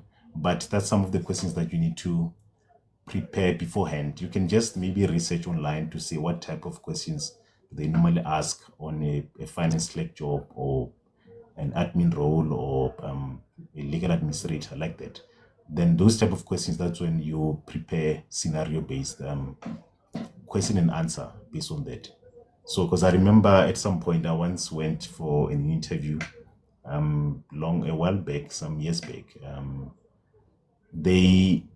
It was at Reserve Bank in Pretoria. So it was for a project coordinator role. So they asked me to say, give us a scenario whereby you managed or you coordinated a project from start to finish. And what were the lesson learned on that? And what can you do different now? At that time, I've got a postgrad in project management. But because I've never worked in a project environment, no project admin, it's just a qualification. Now in that interview, because I never prepared a scenario-based questions like related to project at that time. So now I had to think of create a project in my mind to say I've run this project. Imagine now you need to think about the project name, what was it about, and now they're looking at you. You see, these days I think teams interviews these days are better because you get to think a bit. But now if it's a face-to-face interview, it's even better for you to even think of situations or scenarios if you haven't prepared. So that day, I don't remember. Luckily, because there was a glass of water on the table, I finished the water already. The water, I was done; it was empty. But I did not know where to touch on the table because now here are the people. They're like five. You need to think of a story, what you learned within the story, and also the lesson learned and what you can do better after that. Imagine. And they're looking at you. You've got like only like 3 seconds to think of a story. So I don't remember. What I remember is that the class that was on the desk, it fell on the desk. It just flipped. I don't know how, but I'm the one that made the class to flip because of I didn't have an answer to that question. Even today, I can't really tell you what I answered, of course, but I don't even remember because it's just something that I knew that from then that no, I won't get the job because of that. And as I think since from then, that's when I learned about the STAR method. I think it was the first interview that I had at that time where they used scenario-based questions. So from then, that's when I started to research how to answer this type of questions. So these days, even a smaller company, they use STAR method. You just need to, even if maybe it's a cashier job, just need to know how cashier works and research the type of problems that cashiers face in terms of customer service. Then how do they deal with those situations? And I think one thing for me that helped me at some point in some of the interviews, like let's say for example, if you go for a finance job interview or engineering interview question or LLB, there's always and there's always a question regarding customer service. You need to learn customer service. Customer service is not necessarily about you assisting a customer face to face. It may be about you assisting a colleague. Maybe you're in IT, you're assisting someone needs you to assist in configuring their system or connecting their laptop. Maybe you work in IT, you need to go downstairs and assist someone, see my laptop is having problems. That's also customer service. So that's customer service is very important, either in any field. So that's one of the things that if I studied, for example, I studied finance, but then I worked at retail. I was in a cashier for some point. Then I moved to casino. So I worked at a casino for like a few years. But casino, you work this shifts. Sometimes you work day shift. Sometimes you work night shift. So what I did for me to get experience, I think it was the first place where I got a bit of finance experience. What I did, because I was at a casino, customer service, you assist people to play the machines, as fixing the machines at the casino. But because I knew that I've got a finance qualification, what I did, I went to our finance office, just request for me to volunteer. So they said, it's fine, you can come and volunteer. I spoke to my manager to say, can you allow me to go and request in finance? Because I'm pushing to move into finance. So my manager allowed me to go and request in finance to get some experience. So I'll work, because some of the shifts at that time, you find that I'm starting a shift at 12 midnight. Imagine 12 midnight, you're starting a shift, you're knocking off at 8 a.m. So 8 a.m., when the finance people come into the office, instead of me going home, I had to go to the finance office for like extra 4 hours just to learn about finances, accounts, and all that. So meaning that I had to work extra 4 hours just for me to get experience. Or sometimes if I'm starting a shift at 4 p.m., 4 p.m. to midnight, I'll go early in the morning, 8 a.m. I go to the finance office. The whole day, imagine you're working 8 hours volunteering in the finance. 4 o'clock, when finance people knock off, my shift now starts at the casino with the machines there. So I had to work more like double shift. It was more of a sacrifice because I knew that no, for me to enter into the finance environment, I at least need to get at least the basic experience, so that because there's always some technical questions they ask in any field, either in LLB, in law, there's going to be some technical questions. As long as they say we need 1 year of experience minimum, you must know there's going to be some technical questions that are related to the job. So at least if you have some level of 6 months of experience here of volunteering, it's easy for you to answer those type of questions. So for me, that's one of the things I did at that time to enter into finance, by volunteering. So even currently, the team that we work with at the NGO, we are over 30. So everyone in the team, we've created like a formal job spec. If like the IT guys, like within the IT, we've got the developers, we've got data analysts, we've got user experience, the project managers. Everyone has got a job spec. It's an NGO, right? So everyone has got a formal job spec that they use on their CV to say, I'm currently working at this NGO, so that when they apply on a formal, like a proper company, at least there is some level of experience that they're getting. So I think what Mbendula mentioned, it's really helpful. There's a lot of ways to get experience. So, and I think once you have some experience, or you've upskilled yourself, you have some confidence to say, no man, you start to trust yourself to say, when I apply, you have some confidence to know, even if maybe they may not get back to you, but you have some level of confidence to say, no man, I stand a chance here. But if you're not prepared, if you don't have experience, or you're not prepared with interviews, you lack the confidence, you end up not even applying at some point. But if you upskill yourself or prepare for interviews like that, it becomes easy for you to, it boosts your confidence for you to start applying. You see, even when you approach someone on LinkedIn, you've got that confidence because you know that you if they ask you some questions, you know that I can be able to answer. I don't know if Mutlaselo, you want to continue because you were on fire that time. I don't know if you want to continue your story with Nedbank. Yeah, I think I forgot my train of thought. I don't even remember where I stopped. Okay, I think, and also Albert, I have invited my friend who's an international HR, like she works for international companies and as an HR specialist, to also say like a few words. I think she has joined, but I don't know why she's not in the panel. So Teboho, if you can hear me, please join the panel because after speaking, I'm just going to hand over to you. Yeah, I think Pendula, it's okay. It's okay. I think I started speaking in your turn. I didn't know, sorry. Yeah.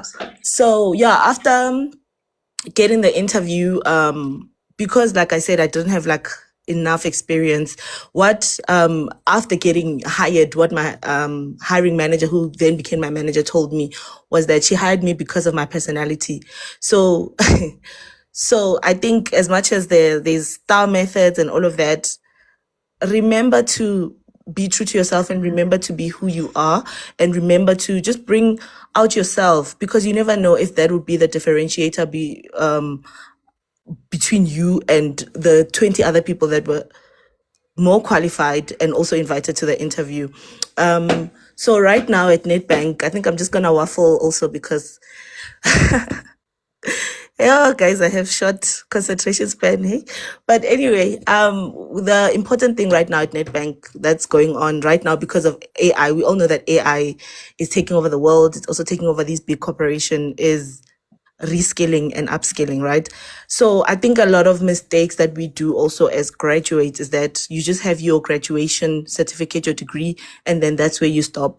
But you guys need to understand that even us, like I'm not a junior at work, right? But I'm still, even on my KPIs, at the end of the financial year, I'm checked that what did you upskill on? What did you do? What did you do? Like, what is it educationally that you have improved yourself on besides the work that I was supposed to meet in terms of KPIs, right? So I think even as somebody that is unemployed right now, that should be something that you are still doing. Whether it's reskilling, maybe you're looking at the prospect of your degree that maybe AI is going to take over this. Let me try and pivot into something else. And then also follow on people on LinkedIn that are in that space and then ask for advice or even ask to shadow and things like that.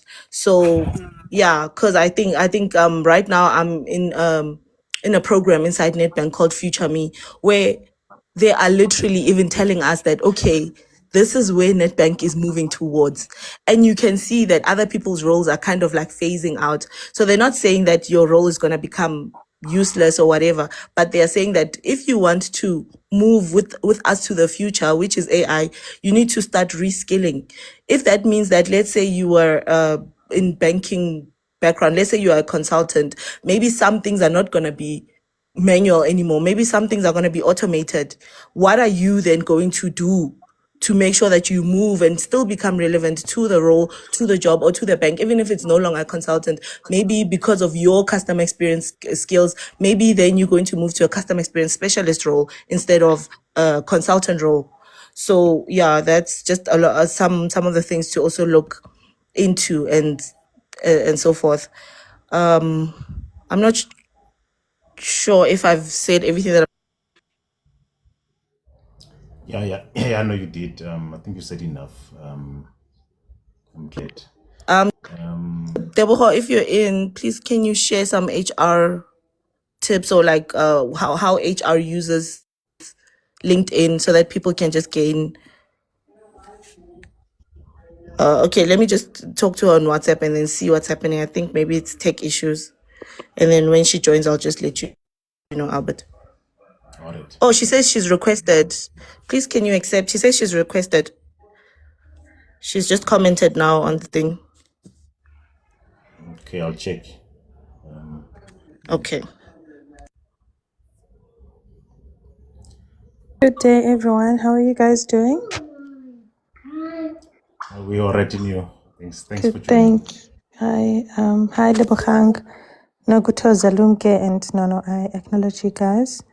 I just scanned through your profile while we await for Teboho. I just wanted to understand, in terms of placing or assisting graduates with placements, do you also like assist them with their resumes, interview preparations, and all that process, or do you only assist, plug them with job opportunities? Yeah, so we do assist with interviews as well, and CV preparations as well. So what we normally do is that we advise that every graduate, when maybe they've been invited for an interview, they can just contact us and we assist with interview preparations. So yeah, because graduates normally they submit a CV to us, they apply, but not like only after some time we send them in, just an update email to see if you've got an interview, please come to us. There's a lot of graduates that we do assist all the time with interview preparations. Okay, my mic has been turned off by the moderator. Is there any reason for that? I think you guys were still waiting for someone to join. Is she here yet? Not yet. Maybe you can Okay. continue in the meantime. All right. And then my next question, I got distracted now by that.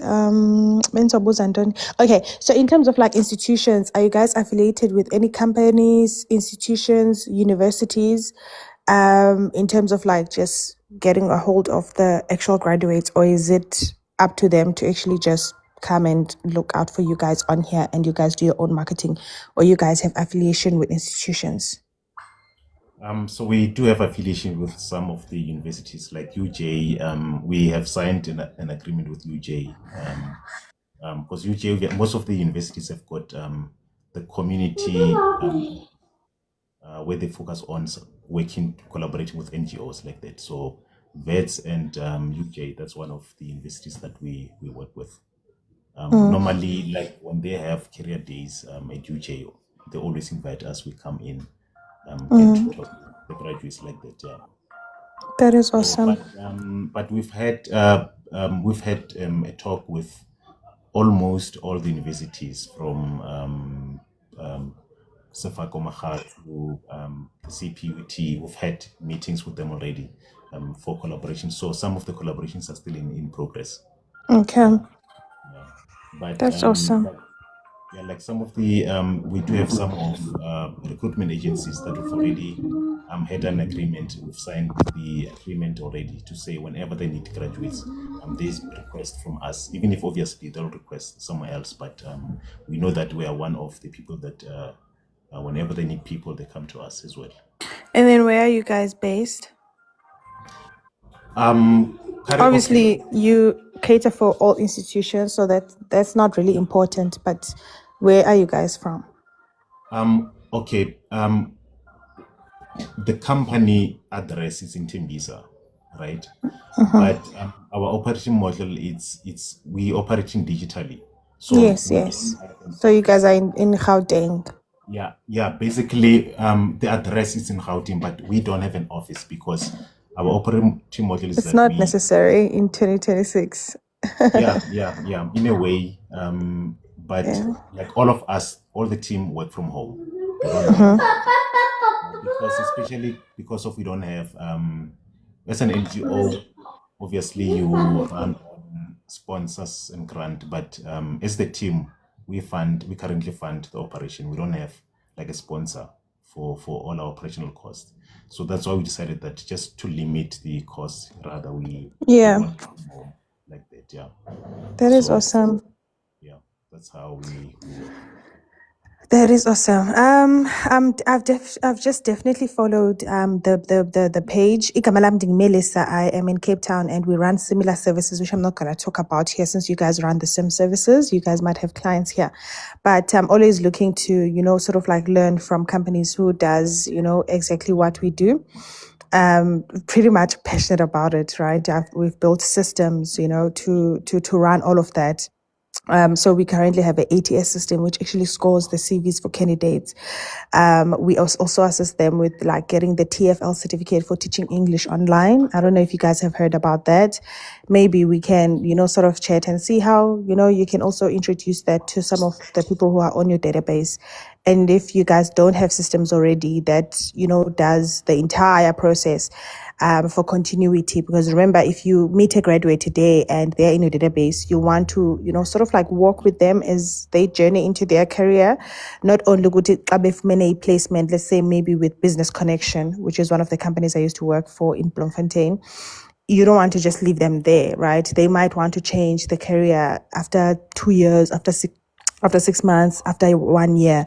And so you would want to journey with them. So I definitely, am going to hang around to learn more from you guys, and see if, there's anything that I can collaborate in, or even, assist with when it comes to building process. But yeah, that is what we do. It's always amazing to see people who invest in education, because online, I think people are promoting more of, being self-employed, which is amazing. But, I think we need to go back to education. We need to go back to careers, everything that we need to do or implement, it actually requires capital, of which our jobs then, become that source of, so I think it's encouraging that even on a Saturday that we have such, platforms that are still aiding for that, because not everyone is out to do that. People don't have time for that.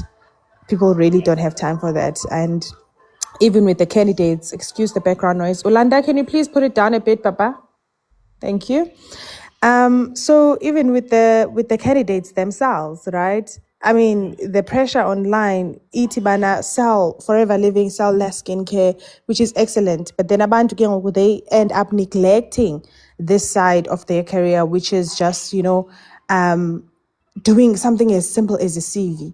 And I saw that when I graduate employment, when I actually put up a post for one of our, we were looking for an employee, I had over 50 applications on my emails, They literally ran for those opportunities. And it was candidates that I got here from Tito. So I did an announcement. I'm like, okay, we're looking for this candidate.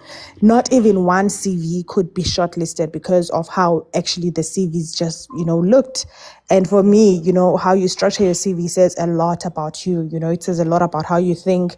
It says a lot about your thought process. If you're going to be writing a purple CV instead of maybe a navy blue, CV, or black or gray, that tells me that you think that, purple is like a professional color that you can put on your CV. Still neat, however, the choice of color, So literally, I could not shortlist any of those candidates. Of those 50, I had to literally run those on archive, all of them.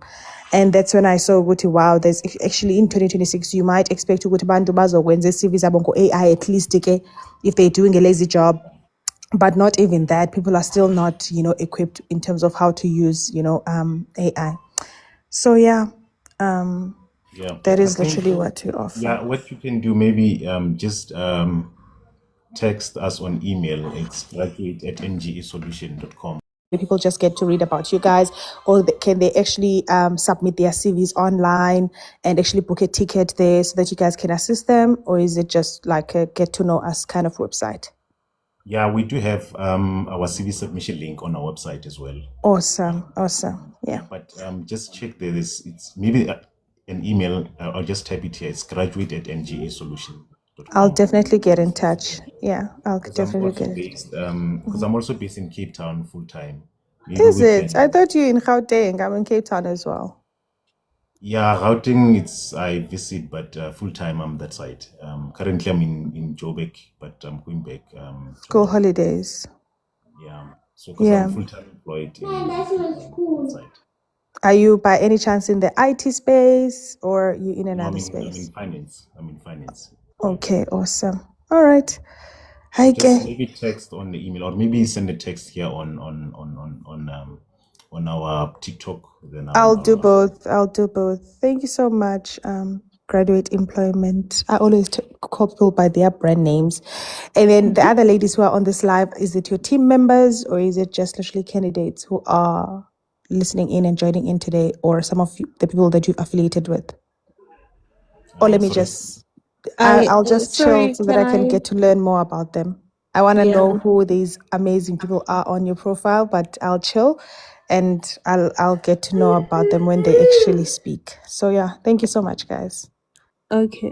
Sorry, Albert, I've already spoke, but I really loved the presentation, and I would also like to invite you to come and showcase my community what you do. Hence, I was asking, is this a paid service or it's free? No, our services are paid. Our services are fully paid. We've got employees that we've employed who are now running with their CVs. So we'll chat offline because I don't want to distract the mandate of Sure. this call. Sure. Yeah. No. Okay, cool. Thank you. Hi, Melissa. Before you go, just one last question. I just wanted to ask, what's your take on ATS print receivers? I'm seeing that's becoming more of a norm these days, and most Okay. graduates So struggling with having that stuff. Yeah. Okay, thank you. Okay, so I think people have, when I graduate employment, I think you agree with me. People have made too much of a fuss about ATS, right? I'm saying too much of a fuss because they just say ATS friendly web CV while not even putting reasons as to why you should have an ATS friendly, CV. ATS is literally just an algorithm, okay, that scores what your CV has the essentials that that specific company is looking for, or that specific standard in which that company is looking for on your CV, okay? So the standard CV would need to have work experience, it would have to have employment details, which is work experience, education, all those aspects that you find on a CV. That is what ATS would scan for. Further, ATS would scan for whether, let's say you're applying for a finance role, it would actually scan if that CV of yours, how much of the experience that they require, or kind of the expertise that they require, do you have on your CV? Hence, when we create a CVs, we always say, okay, if you are in finance, obviously you need to have Sage somewhere there, okay, in 2026, right? You need to have other, systems that you need to mention on your CV to actually put you as the preferred candidate.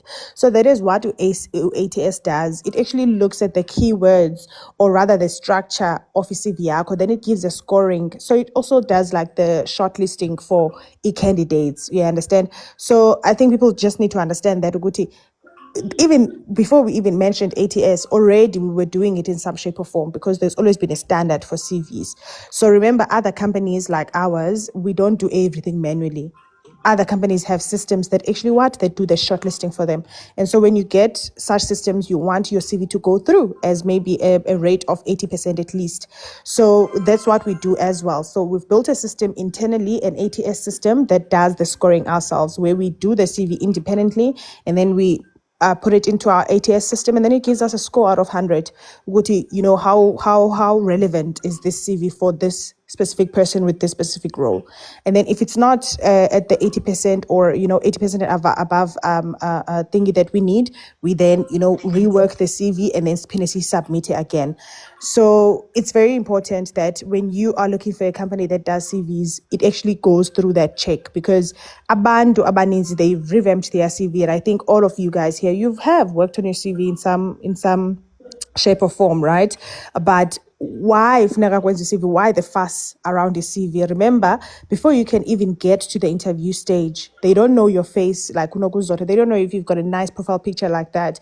They don't know how professional you are. They don't know your background that much when it comes to the other things that actually sell you as a candidate. In the Bible is that piece of paper. And so in that piece of paper, structure, hence if you go to, I just checked their profile now, graduate employment.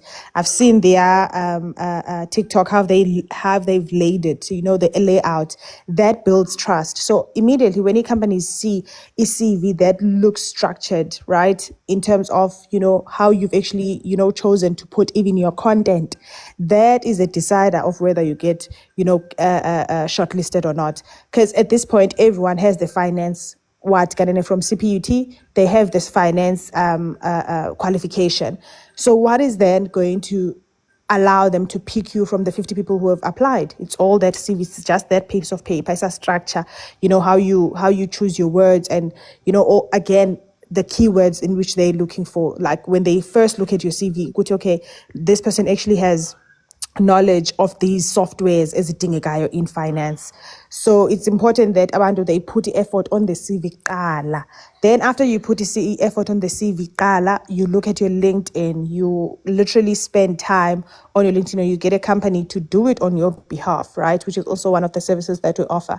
Where they go to your profile picture, they're going to go and check. If uvele ngecala, that already tells us ukuthi, your level of intelligence. If you've chosen a profile picture that is not visible enough, okanye eblurry, it's cloudy and it's 2026 now, there's AI and everything, that tells the company ukuthi how you think, right? So zonke ezazinto, we think ukuthi funeka ufunde ube honors. You'll even have graduates who are saying, oh my goodness, ndine honors, but I'm not getting any opportunities. Why is that? How have you actually placed yourself, on LinkedIn?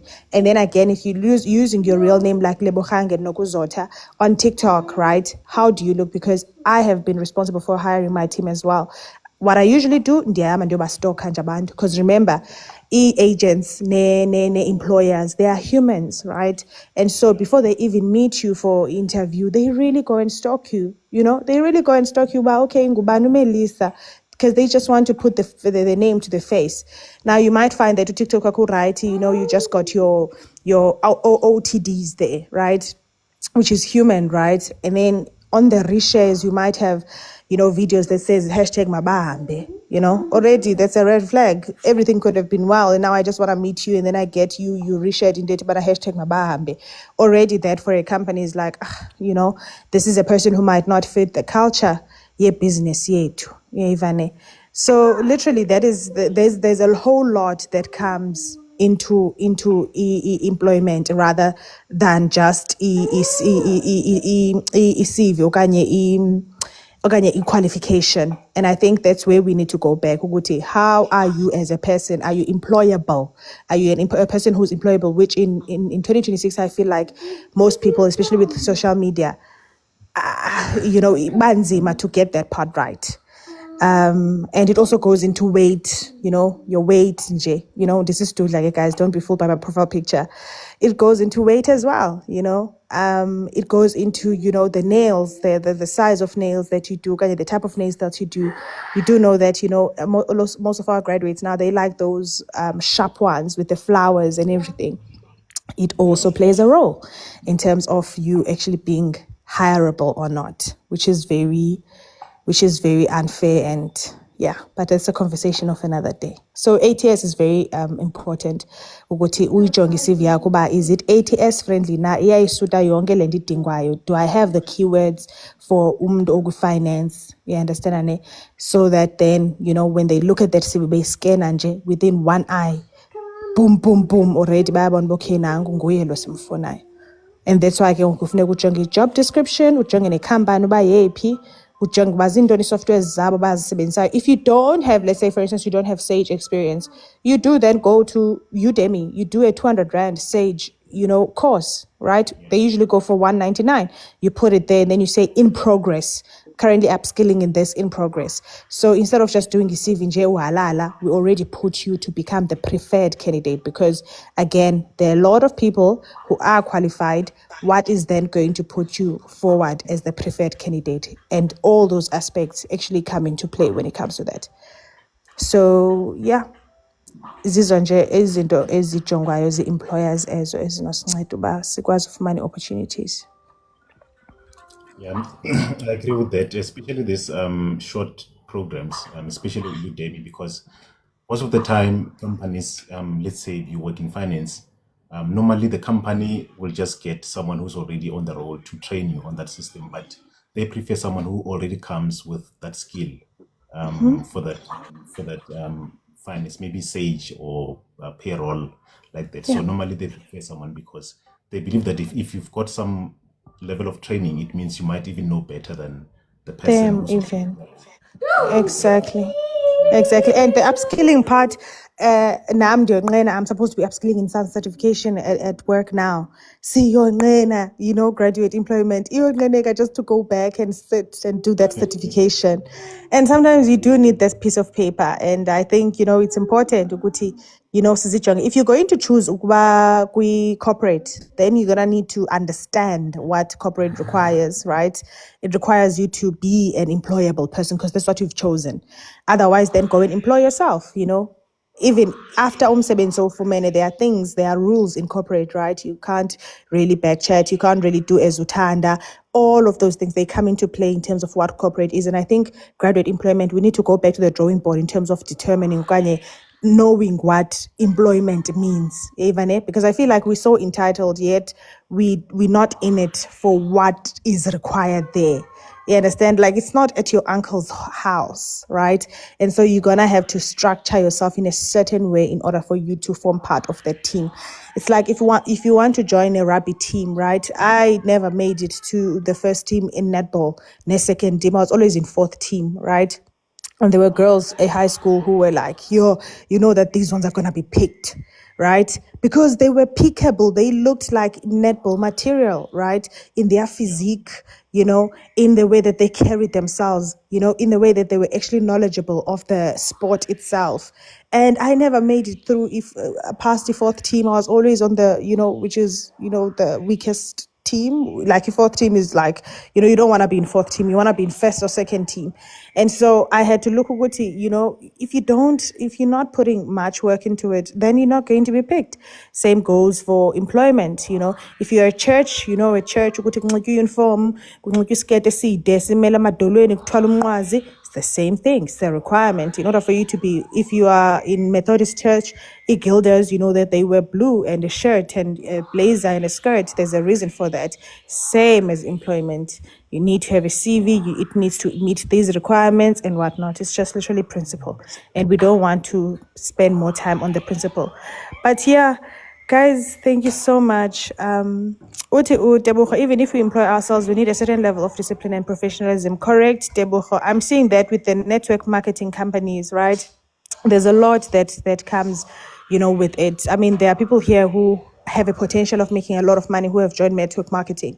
And I still see people, decide to show up with their bonnets, belelinge ecala ebhedini, and they're presenting that I must join, their team. I'm like, if you were to watch yourself presenting, would you join your team? And it all has to do with professionalism. If you come out and then you are intentional, you sit up straight and you tell me about the company in which you've got your hair groomed, that then, I can take you seriously. So again, even in our own businesses and side hustles, we still need to, put layer level of professionalism. Kuyo yonke nje into esiyenzayo. Otherwise, if we don't, it really shows. Hence, kuthiwa isikolo sinendawo yaso. There's no way you're going to learn those principles if you've never had like a university or some structure of education. All those things, there are things that you cannot just pick up naturally. There are things that you're going to need to be taught. And so if they are not taught, it really shows, in the work that we do. Yeah. No, thanks a lot. I really appreciate you coming in. We learn a lot every day. So, but what I know is that like normally employers, what they buy from you, it's what you bring to the table mostly. So it's the same thing as when you are a guy who shall meeting a girl on the street. What you tell her on your first day, she will know, oh, this is the guy because of what you tell her on that first day. Not necessarily, because most of the time you've got qualifications. Let's say about two candidates competing, but when they interview you, so they want to know, what do you bring to the table? Because the paper or the certificate is there, it's fine, but what you tell them, it's what they will believe. Because I remember I was once on a panel interviewing someone who was reporting to me some years back. So at that time, the other candidate had like 15 years of experience as a state accountant. The other one had like 2 years of experience, just a normal finance admin role. But we ended up hiring the one with 2 years of experience because of the interviews, like what they presented themselves during interview. So we felt like this one out of 2 years, no better. I know that most of the time, interview can be difficult. You know your answer before you enter, but when you get answered, when you get questioned, then it becomes a problem. Now the answers come back after the interview. But I think preparation really helps a lot during interview, because those people don't know you. What you tell them in that 30 minutes, that's what they know about you. So if you fumble the interview, they know that this one doesn't know some of the questions. They don't know that you knew the answers before or after. You see, they only know that 30 minutes. I think that 30 minutes is the one that it can be a role where it pays like 20,000 or 50,000. But that 30 minutes of interview or 45 minutes, it is the one that's going to determine if you're going to get that 40,000 salary or not. So that 30 minutes is something that you need to invest in preparing yourself. Same thing as an exam. You can study the whole year for studying IT, but that one subject, that 1 hour of exam, that's the one that's going to decide if you're passing or not. But you've had like 12 months of preparations. So that 1 hour is going to say yes or no. So same thing as interview. Interview normally is 30 minutes. So I think we need to learn to prepare for that 30 minutes. Because once you leave, because I remember I once worked for one other company. They wanted articles, like in finance, normally they requested someone, they wanted someone who's got the BCom accounting plus finance articles. I applied with just my BCom accounting. I knew that I don't qualify. Plus it was a good company, good corporate. But I prepared, even if I knew that I don't qualify. So I think the interview took an hour, like from 10 to 11. But at 12 o'clock, within an hour after the interview, they called me to say, we're giving you the job. I said, yeah, I got excited, of course. I got the job, I started. So after starting like a month, my manager asked me, Hori, she was there during the interview, but she's asking me, Hori, do you have articles, accounting articles? I said, no, I don't have. But the way I presented myself during the interview, they believed that I've got articles. I never said I've got articles, but due to the preparation, and I think that's one of the things that made them to give me an offer, like 1 hour. It was a financial accounting role, an hour after the interview, exactly like 60 minutes after the interview. Even before they've done references, they said, no, we offer you the role because of the preparation. So that's why I'm saying that if you prepare, you feel confident on the role, even if you don't qualify. So upskilling and preparation, I think it works better. I just wanted to check if Given is here from NetBank. I'm not so sure if he's left or he's still here to join. Albert, while Given is joining, I have a question that comes in my mind is about the interview as well. And I think the decision makers in the panel can assist. What do you do if you receive an interview invitation on a day whereby it's not going to be possible for you and you really need the job? What do I do? Should I find myself in unforeseen circumstances whereby I have an interview and I wake up, I'm very sick or something very bad is happening? Do I just keep quiet and just let it go like that? What do I do? I guess that is the question. And I'm just throwing it to everyone in the session and the decision makers in the panel.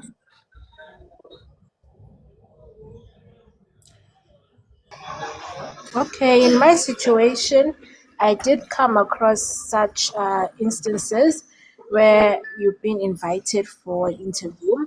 So, if obviously you see that you're not in a position to attend, I will always advise informing the interviewee before time, just so they are aware of your circumstances.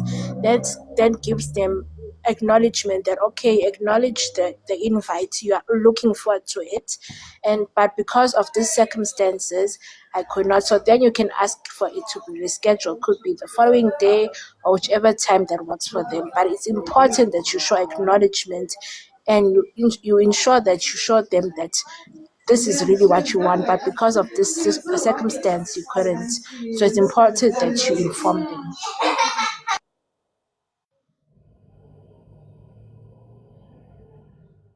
Thank you. Thank you. I'm asking this question because there are a lot of young people that they invite them in interview even where I work and they don't show up. They don't even apologize. They don't even request for an online interview. You find that maybe the interview is in Cape Town and you're in Gauteng, you can't make it to Cape Town, and then they're like, it's in Cape Town and let it go.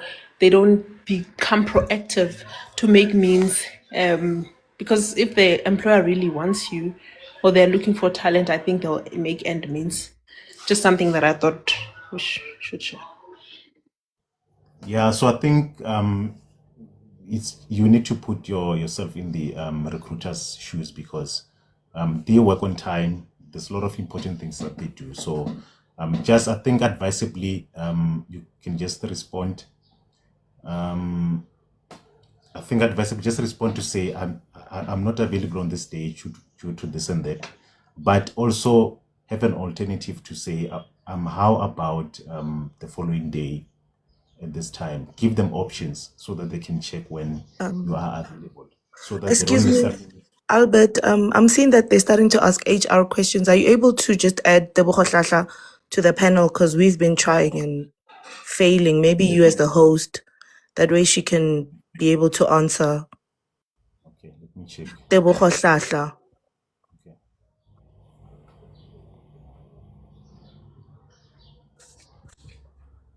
Just a second.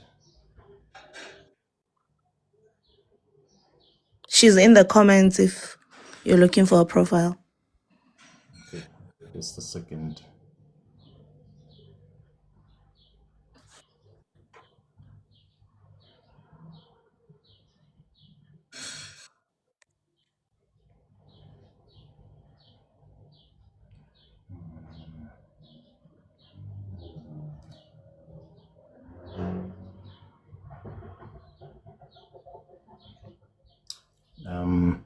Yeah, do we have Given is he here? Or I don't know if he's here.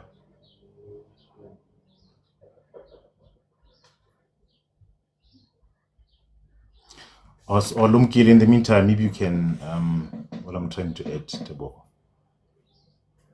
Lumka, maybe you can come in and, you still have your time with the team.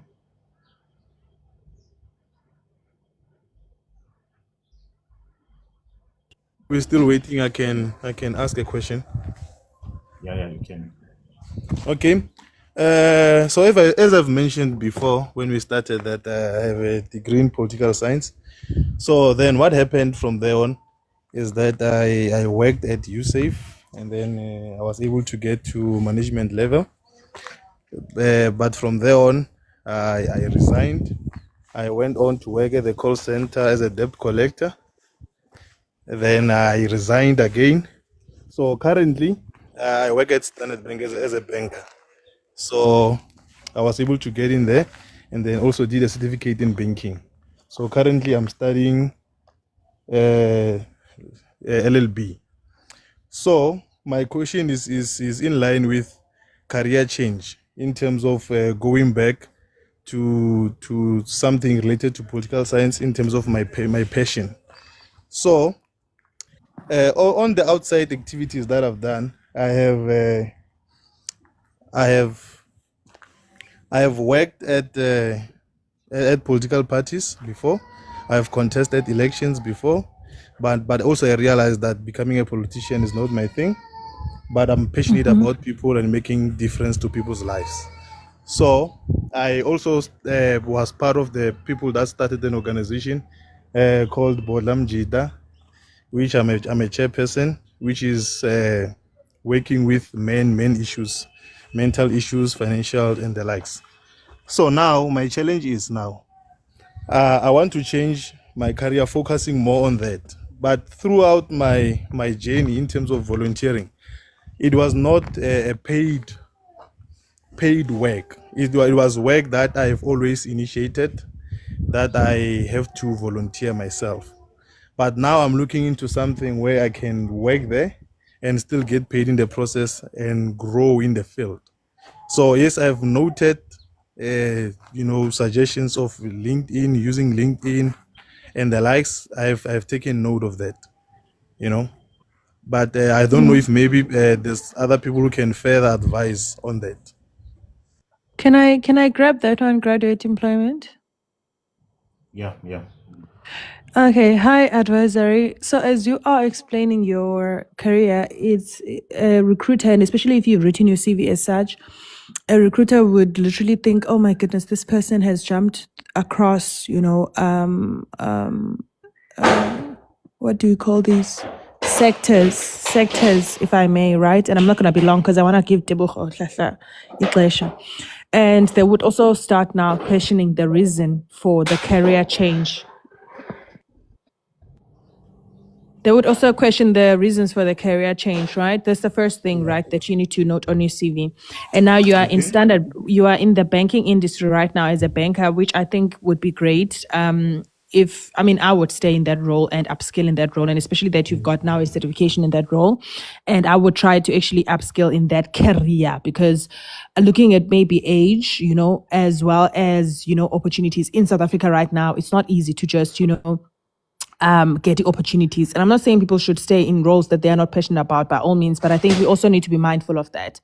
Also, you did say that you did resign, in one of the companies, and it's not always that now if you resign on this one that you are in, that it will be easy for you to just get a new opportunity just like that. Do you get what I mean? So as you are thinking of actually changing your career, I would say that if you're passionate about, the political space, I don't think, looking at Madlanga Commission and everything, we need to be realistic about these things, I've been encouraged to apply at government a lot of times, even the SAPS, right? But we also need to not be naive in terms of what it takes to actually get in those roles, And now, I'm not saying good people now should not apply or discouraging people, but you also need to not be naive. And especially if you don't have any knowledge of how you can actually get in at this point. So what I would do if I were you right now is I would continue with my passion as a sort of like, I don't want to say side hustle because then you don't take it seriously, as another business. Do you get what I mean? I'm in corporate, but this is my passion and I'm doing it fully, right? I've got people employed there. So I would encourage that you do it in a capacity in which you're going to maybe manage your own, institution, or form part of the ones that you've formed part of, such as Ubodla, So, and then grow into the finance space. However, if you definitely genuinely don't like the finance space and you know that you don't have any future there, then, I would say try then, to actually now build your portfolio like you have with Bodla, and then look for opportunities while you are in the finance space, but don't do the risk of actually resigning from the one that you have right now while you look for, the more of the political side. So all in all, I'm saying that you do have like a lot of job jumps that you do have and career changes, and you need to make a decision. But if your decision right now is the political space, what if you get into it and you realize, well, you know what? Actually, I feel like you get bored easily. And I think sometimes with the jobs that we have, we're not all passionate about the jobs that we have. However, we do like them enough to be in them. Do you understand? So if you definitely don't mind being in finance and it's not eating away from you, I would, stick there and upskill there. And then obviously, if you're now thinking of salaries and trying to increase the salary yako, remember when you go into the political space, I was pay what you think you're going to get paid, because you're going to get there and you're not going to be in a senior level, because all of these things have to do with what, Kanene? With experience. So I would definitely do it as on the side, since it's something that I absolutely love, and I would upskill in the finance space. So yeah, I hope that helps. Does. Yeah. Otherwise, otherwise jumping. Does. Yeah. Yeah, no, it does. No, thank you very much. Yeah, no, the finance space, especially the bank, is very rewarding. Yeah. Yes. I love that word, rewarding. So you've got your answer, upskill in that field, have more certifications, grow within the space, so that even if you change jobs now, let's say you're working for the Blue Bank, Standard Bank, then if Capitec has some other opportunity that you go in, and it's going to be, an advantage for you. So you've got your answer. It's rewarding. So Budwa Mhlala Apo, I'm begging you, because I feel like you're going to start getting a little bit bored, and you're going to think the grass is greener on the other side, which is the most mistakes that we do as professionals. And looking at all of us here, I don't think there's anyone who's less than 30 years old. So what does that mean? It means that there are younger ones who are coming with AI and all these, knowledges of the workspace. So you don't want to just leave them like that. You also need to consider your pension funds, growing within the business, longevity, and building trust. So if it's rewarding, stay right there and upskill there. And then your passions, do them on the side. It will not take anything from you. We're also doing our passions on the side. Like here right now, this is fulfilling, but we also have our jobs, which are also as rewarding, advisory. So yeah, that's what I would do if I were you. I would grow with a company like Bodla. If you don't want to, open your own Bodla, have your own team, collaborate like we are right now, learn from the other institutions. But the political space, I know that there are egos there that have to do with this Zinto. And sometimes if you really, really, really, really enjoy it, it's really your calling, then you might have to just build your own or form part of one that you trust and further build with them. You don't need to get in the political space as a fully employed person. But if you get it, then amazing. But if you don't, build it on the side and then grow within the finance space. Noted. Thank you very much. All right. No, thanks a lot. Yeah, that was very mouthful. We've got Deborah. I don't know if you can come in. Finally, we have you here. Yeah, finally. Hi, everyone. I'm joined the live, I think, midway, and I don't know if maybe people have touched on maybe particular things that I'd like to touch on. But before I touch on those things, I'd also want to piggyback on what I think it's Melissa, what she said. Yes. Sometimes we don't have to in terms of the political space, like I hear you, and you have very great points, but he can start positioning himself and as a voice to that political space. So what you can do, you can marry your careers. Actually, you can merge them into one. Sometimes it's difficult. Obviously, private sector and public sector are two different things, and you can't really marry them. But Ubudi, in a sense, can have like an outlet where he puts out his views. And I think LinkedIn is such a great space when you want to grow the way that you want to grow. You can position yourself, you can still be in the private sector and position yourself as an eye viewing the public sector and having an opinion. You can have an opinion that is not too offensive, that it ruins future projects or is ruining your career, but you can also still have like a insight. You can post your insight on whatever you are passionate about and also still be the private professional that you are. Another thing that I want to touch on, so I've been in the recruitment space for like over 6 years, and I've been doing agency recruitment. So I'm so glad that I have people from Cape Town here, because your people are not anywhere. We used to try to employ for clients in Cape Town, and we don't find talent anywhere. We especially use like the job boards like Peanut. You guys need to push your people to be visible. There is no visibility in Cape Town. I remember we were trying to hire for facilities managers. We had to call the shopping centers and ask, like, can I please get a hold of a facility manager? And then we offer them the role to move from that shopping center to another shopping center, because there is zero visibility. I'm not finding your people on LinkedIn. I'm not finding your people on Peanuts. I'm not finding your people anywhere. So you need to push people to to be visible. I mean, I think we are all trying to make money, and I think this is where the issue is with unemployment. We are all trying to make money, but we are not taking our professional lives and careers very, very seriously. So as what Melissa was saying, we are trying to be self-employed. Even those people that are trying to be self-employed, they also need to find talent. They also need to find people that they'll collaborate with.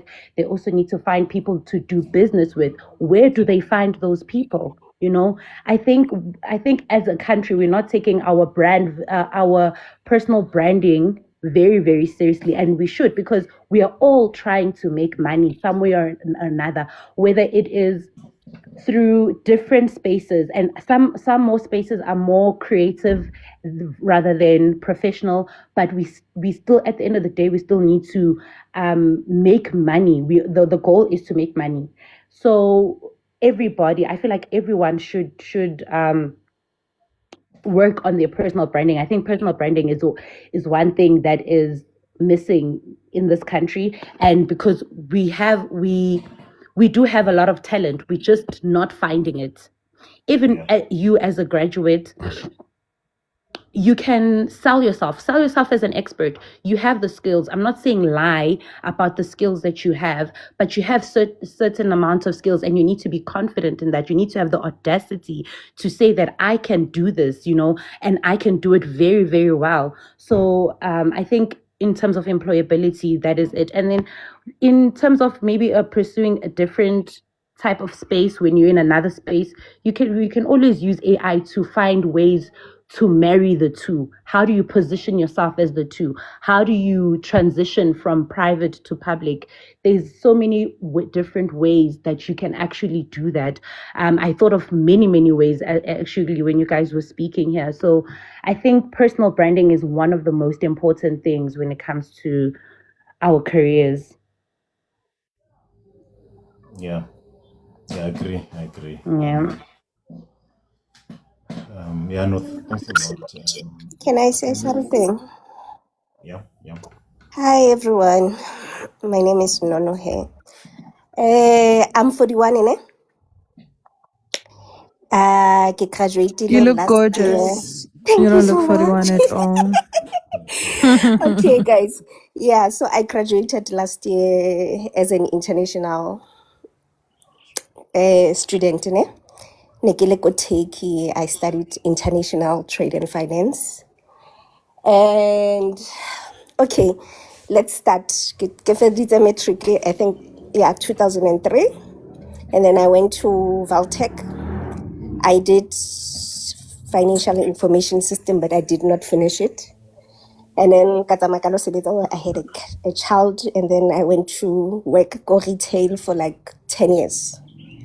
And then katloa ka lo sebetsa as a merchandiser. Okay, ne ke le cashier go look and listen until kwalwa. And then I did merchandising go Tiger Prints. And then after that, guys, security without anything. And then a year later, I got this scholarship for it. I can study abroad. That's when I took it. And then I went 2019. 2019, I studied with another university. It was BAU. It was Bashishihira University. So I couldn't finish due to COVID. I was left with my last year. I was supposed to graduate 2022 earlier. And then the funder was like, no, we don't have money, so try to find school assistance different. And then I went to another university. That's when I did my international trade and finance. Okay, in that school, back creditor for some of the things. And then I moved to this new university that I'm in. So now my problem is I've been applying, guys, like ke kgathetse. I don't know. Ke wele moya. You understand? Ke wele moya. Like this month, fella, I have like 52 reject letters. Yeah, that's a lot. That's a lot. That is good, though. That is But good. You've got 52 reject letters, right? yep. When did you start applying? I started applying, I think, because after I graduated, I didn't have my certificate, so you had to Which wait. month? I graduated last year, July, and then I got, Oh no. yeah. Okay. So usually, sorry to interject, Ngicela, hold that thought. It's So okay. usually, if Mm-hmm. you now bombard the marketing space where you apply, let's say you've been sitting on PNet, in LinkedIn, or any abroad opportunity platform, and you've been putting maybe, let's say, 20 posts per day, which is what we do at Proceed Academia. We put in 20 posts per day, Monday, Tuesday, Wednesday, Thursday, Friday, which is 100 posts per week. And by the end of the month, you've got 400 posts in that month. So if you were doing that, if you had done that in 1 month, that could have been sort of like good, because it means that you've done the job, and then, now you just need to look at why are you actually getting rejected, which is contacting one of the companies, or even re-looking at your CV, or getting someone to actually look at your CV in terms of why you are getting rejected. If you had done that over the last 2 months, however, this has been too long, and so it's a red flag. So then you need to Red get in flag touch with again? Graduate. It's a red flag, Guti. There's some misalignment there, right? Okay. I don't think 52 would. And again, if you've been applying since last year, you've got 52. It means that you are doing the work, you are putting in the work, you are applying. Yeah, meaning you've applied. If it's 52 rejections, that means that maybe over 100 posts you've put, which is good. But period, Lena, you were supposed to be employed by now, given No, the thing the high is, rate of rejections. ask is for Ganahano. The thing is, I did not apply since last year when I graduated, because I didn't have my certificate. I only had transcript, so it wasn't signed until October. The Kolo Dibula in overseas. That's when you will get your certificate. So I did not even apply until I get my certificate. December, and then January, that's when I started applying. So most of the reject letters was like my qualification, because it's not here Monaghan. So they wanted me to do the SAC. So I was busy doing the SAC evaluation, which is even now it's not processed anyway, because Biomedzi take it to approve it's legit and all that. But now I have my certificate, but I'm applying with it, and I'm putting that this letter, okay, who admit that, okay, I did send my things. They are just waiting for me. Okay, babu, it's this certificate is legit, ne? Yeah. So that's when I started applying. I think I started applying now, like March, April. Yeah. Sorry, Nona. Yeah. Did you say your degree is marketing? No, it's international trade and finance. Oh, okay. Yeah. Then rework the CV, no Roberts. Go back to the CV. Take your CV name. Yeah, rework your CV, and then get your get the opportunities that you are looking for, that you are applying at, to be relooked as well, so that they can match that. And then obviously you don't even need letters. If you have a CV and you've got a qualification that you're currently busy with, that you're going to obtain, you can just write the date in which you're going to obtain it, or write the date in which you obtained it. You don't really need to be convincing, employers in terms of this is legit and whatnot, right? You just mentioning it on your CV should build that trust. And also, if they do contact the institution, they should be able to do that vetting themselves. And then once you're done with that, which is the CV, okay? Remember, the CV is what speaks for you. I don't know if you were here earlier. I That is heard the about decider, 80 okay? So, words. no mungafumana usaka, but if there's a bit of anything that is amiss there, it might influence, the outcomes of those applications. And then once that is done, then restructure your LinkedIn as well, considering that you're also 41. How does your LinkedIn work, right? And there's nothing wrong with people who are 41. Life starts at 40, okay? And I'm saying this because there might be some, 2026 competences that might not be on your CV.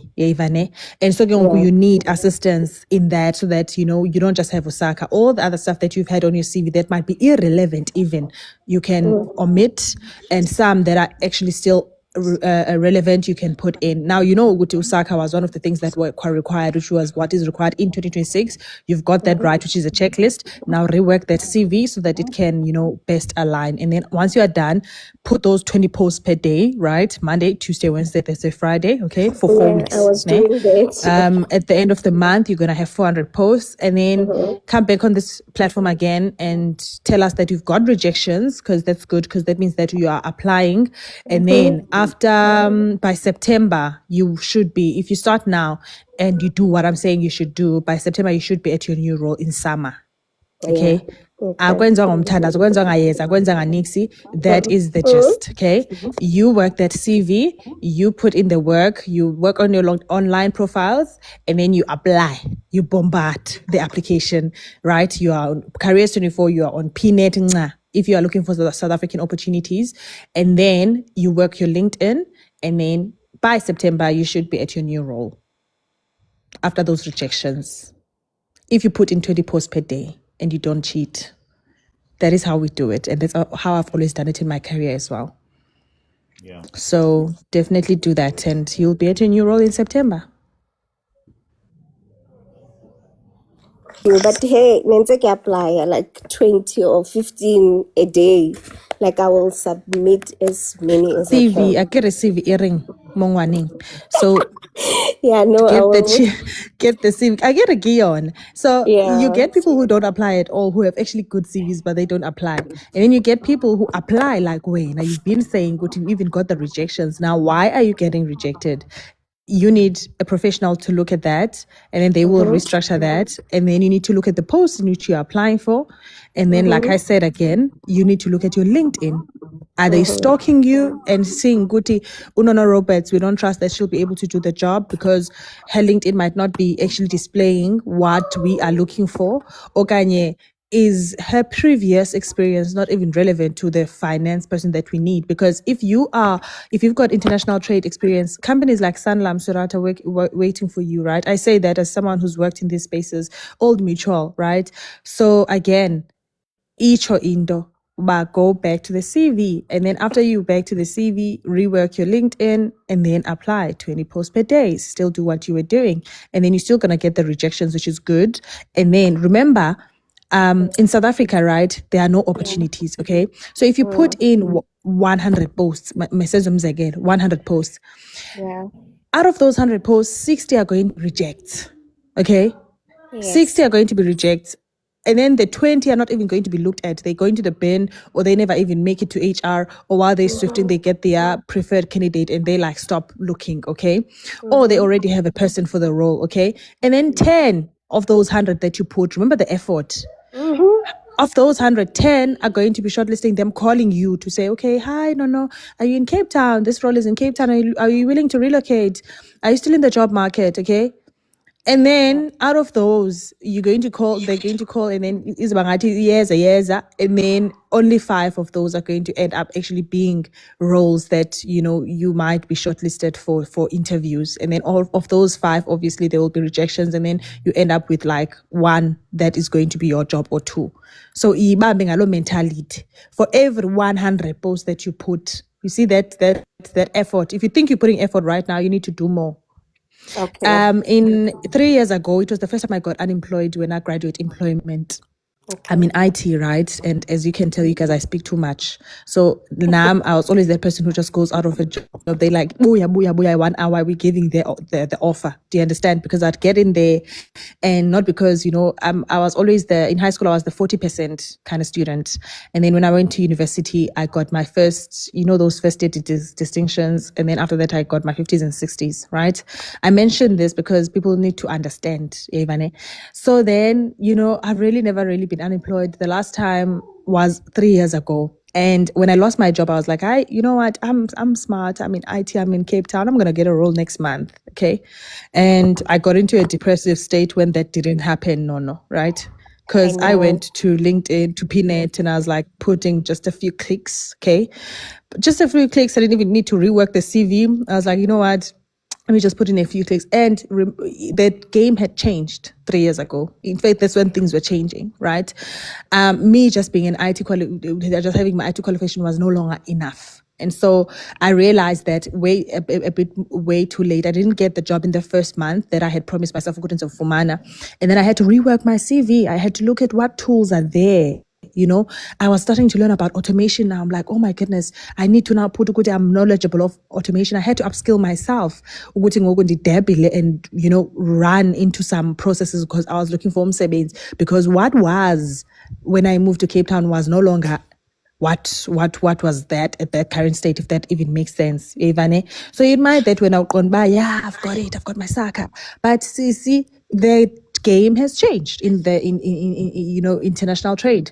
So what is it that they are looking for? And so you need to give them that. If you do not have that right now in 2026, then obviously of monetary rejections. So apply ungaik.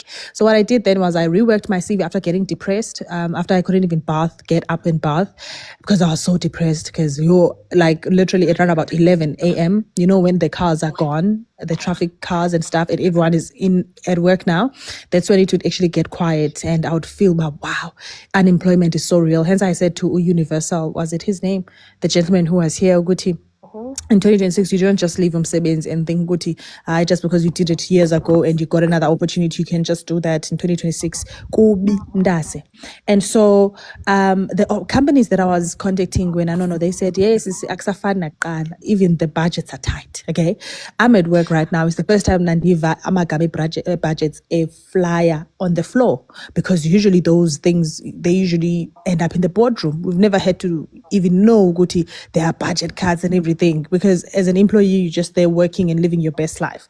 But now, in this day and age, even the biggest companies, okay, the biggest tech companies is Yasogola because ako mali. Okay.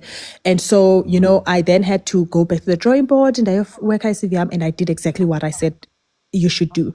So every day I'll just get up, bath, force myself to bath, wear my tights, not wear my wig because I'm a wig girl. I have my short hair and I would wear my baggy t-shirt and I would sit on my chair.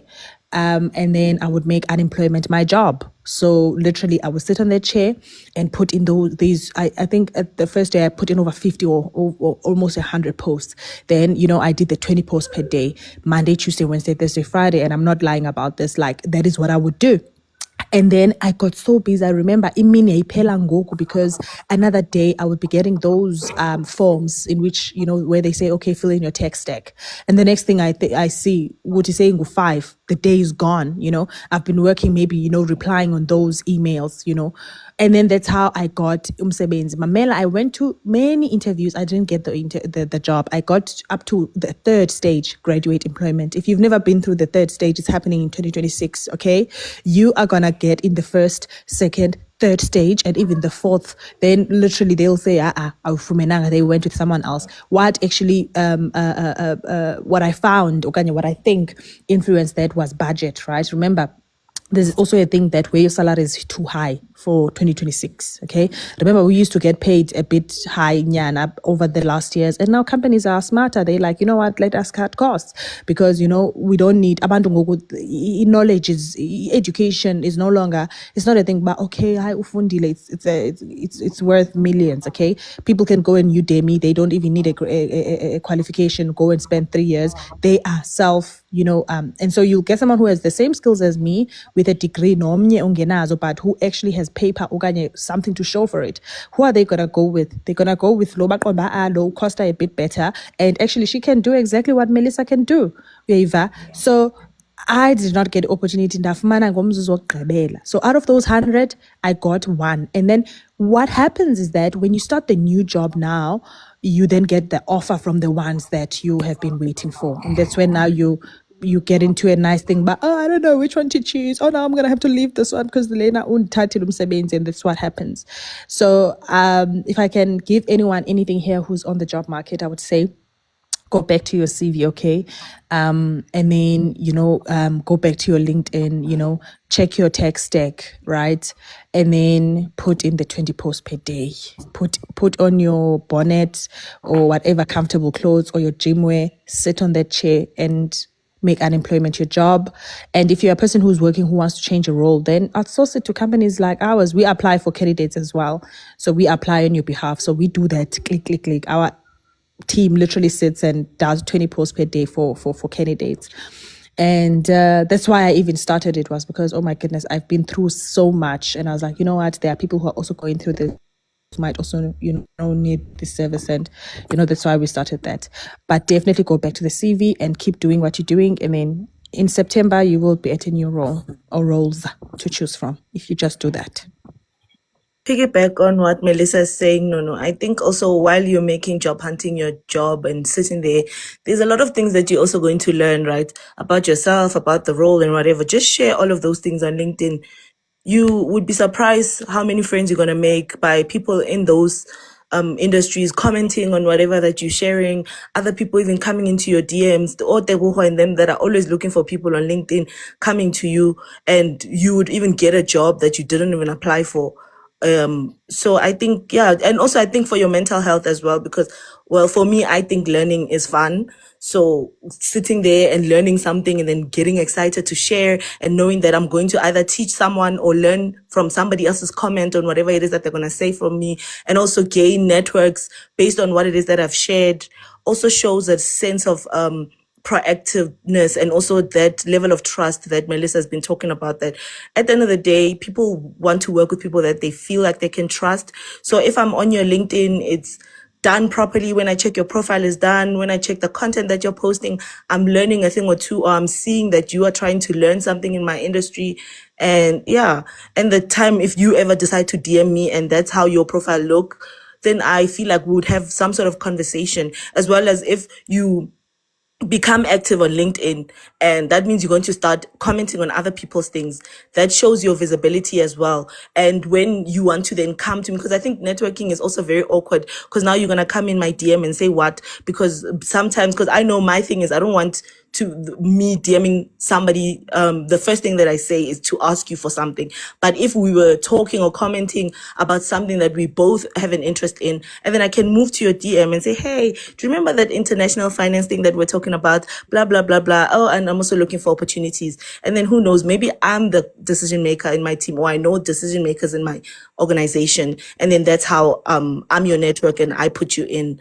So yeah, and yeah, it helps with your mental health, man. There's always something to look forward to. So yeah, that's my 2 cents as well. To add level there, ne? People can also join professional bodies. Like, you look into the professional body or within the industry that you're in, be it finance, tech, IT, retail. There are professional bodies that we can join. Others are harder to get into, obviously, but others are much easier to get into, especially if you have your qualifications. Some require that you write maybe tests to get in. Others don't. They just want your qualification, and then you just pay a membership fee, like maybe a minimal membership fee, and then you join the professional bodies, and they will send you events. They'll send you networking events to join, whether they're virtual or in person, and you'll get to meet industry people, relevant people, and that's how you're out there. You become visible. So I think people are also sleeping on professional bodies, because like others, like 245 rand a month. And obviously, the only vetting that they do, if they don't need your qualification or if you don't have a certain qualification, you just write a test, and then once you pass that, you are in the body. Others, they just want to see your degree or whatever, and then you sign a few paperwork, and then you enroll. They'll invite you. They'll give you the insights. They'll tell you the industry changes. They'll tell you the industry trends. And I think, yeah, we need to invest in our professional lives. Like, I think professional bodies are the new thing, because that's where you network. Yeah, because I think even the recruiters, there are those smaller details that recruiters, not necessarily as a requirement, but once you mention them, then you stand out. Like if you've got a membership for a certain industry, so if you mention that during interview to say I'm a member of this professional body, so now they feel like, okay, this guy, I think he's more informed, because if you are a member, obviously you get to attend some sessions, you get extra information that are provided to you than a normal person. So I think that also help at some point, as long as it's cheap and you're able to learn, but not just only to have a membership for that, but also to learn as well in that space. So it does help, and I like that idea of applying jobs on a daily basis, like put 50 or even 100 a day, that's very good, because I think I've been through that experience. I think some of the younger people, let's say especially from some people after immediately from university, I think some they don't have that fear as yet of being unemployed because they haven't really faced the realities of being unemployed. So let's say you study, you at university now, your family obviously they're looking after you, they do everything for you. But after you get your qualification, now they feel like no, when you're old enough now because you've got a certificate, you've got a degree, you're on your own. So most people they stay for a year or two or even 3 years. I'm not putting much effort because they haven't really faced that reality. So after a few years, that's when they feel like, but now I can see that I'm on my own. They only realize that after some time. So I think I've had my fair share as well because I think there was a point whereby I got a job in Cape Town some years back. I was still young. I sacrificed and I moved to that side. I worked for a year, I think. Then I resigned. I just resigned without anything waiting for me back in Joburg or Limpopo. So, like, yes, I had smaller responsibilities here and there, but my one reason of resigning was because I missed being at home. I missed my family. Imagine you miss your family, you end up resigning your job at that time. Because of I never really faced that fear. I was still young. If you're young, you've never really faced the fear of now you're unemployed, you've got no one. Even that time, yes, I had no one. But just being young, you feel like no man, I still have time. I can sacrifice, leave a job. I came back. I think I resigned a month before my exams because I was studying at UNISA. I resigned. I came back. So within that 4 months, because I came back, I stayed with a friend in Pretoria in Social Group. A friend of mine said, "No, you can come and stay with me this side." I stayed with him for that because I knew that at least if I'm this side of Pretoria, at least I can find a job easy. So I stayed with him. That 4 weeks alone, I felt the pain to say, no, man, this, I think now, because I knew that month end is coming, I've got no salary. Even if the salary I was earning back in Cape Town, it was a very small salary. That's why I could not even go home for the whole year. So I feel like, no, I miss my family. I resigned, went back. So that 4 weeks of not being employed, yes, I was applying, but I felt that no, reality is kicking in now. I'm unemployed and I've got no one I can even ask for airtime. So now exam start. I had to now write my exams after that 4 weeks of not being unemployed. I went to school at UNISA in Sunnyside there. I think I was writing about 4 or 5 subjects. I did not write all the subjects. I was going to school every day when they open at library. I was applying jobs from morning until 5. I knew people were writing exam because of the fear. I felt the fear. I never felt such a fear in my life of being unemployed. So I sort of sacrificed that time to say, you know what, let me apply. Yeah, I felt the fear. It was just a matter of fearing that now I'm on my own. So now I can't be asking for friends to buy me bread or something. So I felt the pressure. So I think, and at least as I used the idea of applying from morning until late, the whole day, no lunch, no nothing. Like the whole week I was writing, but I did not write. I was applying. So at least I got a smaller job in Pretoria, and that's when now I continue with my studies. But I think one of the challenges that most young people, they don't have that lot of pressure or the fear of being unemployed. They only realize it later. You find that someone just apply a job, 2 jobs in a week or 1 in a month and say, I'm waiting since I applied at ShopRite or wherever, I'm waiting for feedback. They don't have that fear or the pressure. So they only realize it later after 2 years or 3 years to say, hey, no man, if you ask them, some of our friends, there's this thing called, because I do research with my team at some point for unemployment and all that. There's this team of people where I can say they gave up on applying because they've applied a lot, or they took time, some years applying, but not getting anything. So they end up not applying at all anymore. So they would rather maybe sit home, watch TV, or do some other things. But if you ask when last did you apply, they'll tell you like 2 months ago or 3 months ago. They'll only apply when someone say they're advertising, they need CV, where, then that's when they will submit. But they will still sit home for like 3 months without applying because they took time not applying, or they're not getting anything. So I think we should feel that we should have that fear of being unemployed because you do your best, still you don't get a job. So I think it's a challenge. Albert, seeing Kahu say, can you guys talk about volunteering? How do you approach a company and benefits? Do I ask for stipend? And I'm having an idea that can we, here as a panel, give some sort of roadmap maybe, or like roadmap exercise that, okay, from after you leave this session, these are the steps that you can take right now. Like go on ChatGPT or Claude, take a job description, tell it to tailor your CV. And then what else do I do? Do I go to LinkedIn and do what? I think that would be very beneficial to somebody who's just here listening to other people's stories and saying, okay, I also want to have a positive story to tell one day, but I don't know where to start because I've been applying and nothing is working out. So what is it different that I can do right now once I leave this live?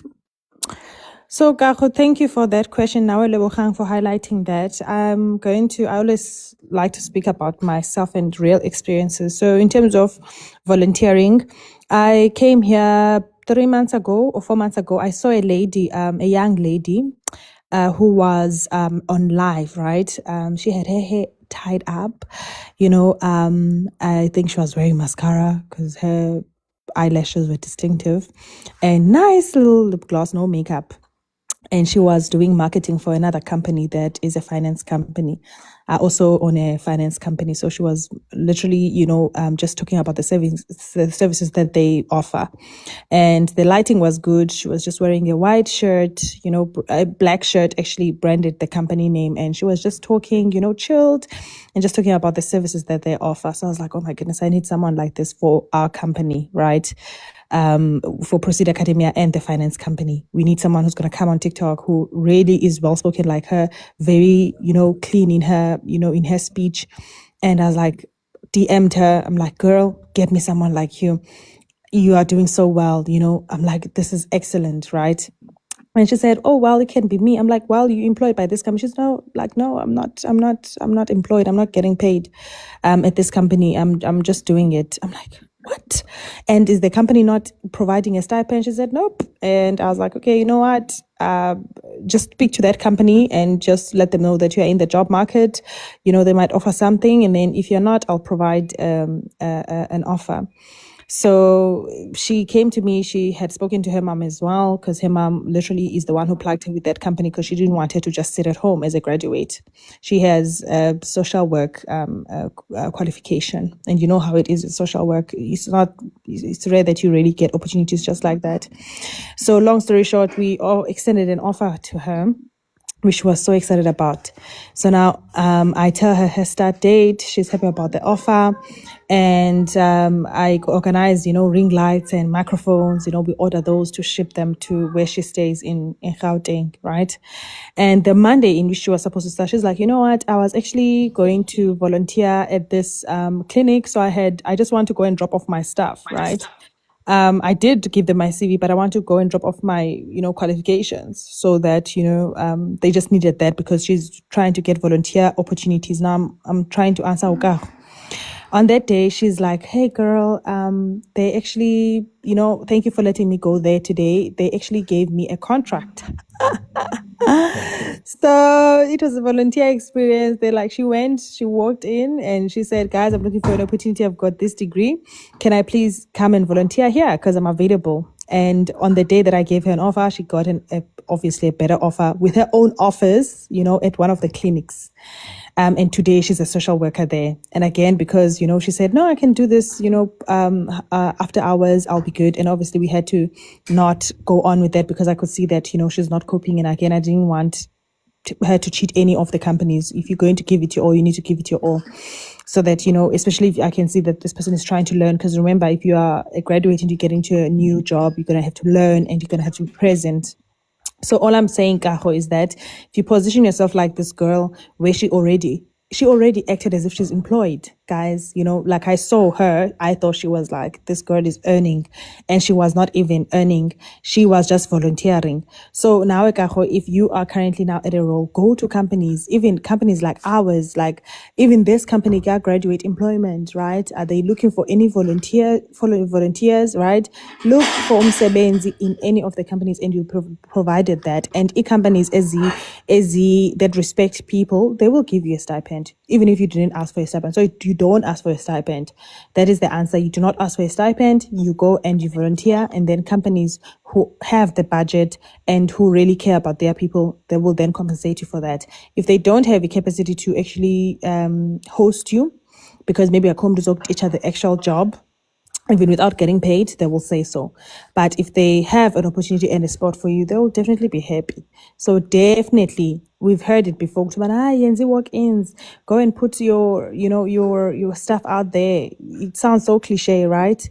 But go and do it for no money, and you'll see that again goes back to the, I don't want to sound Christian or bring religion into this, or let me just say principle. Okay, let me not bring religion. Principle is that what you do, literally loyalty, yields, results. So there's no way that you use a one point, you volunteer. If you've heard of people who volunteered before, you'll always hear that they end up at a job. So there's no way you're going to put that much effort and then also there's just no way when there are people who are actually employed and actually doing it for money. So I think let's go back to actually volunteering and putting ourselves forth as that. And that's why you need to tailor your CV again, Kaho.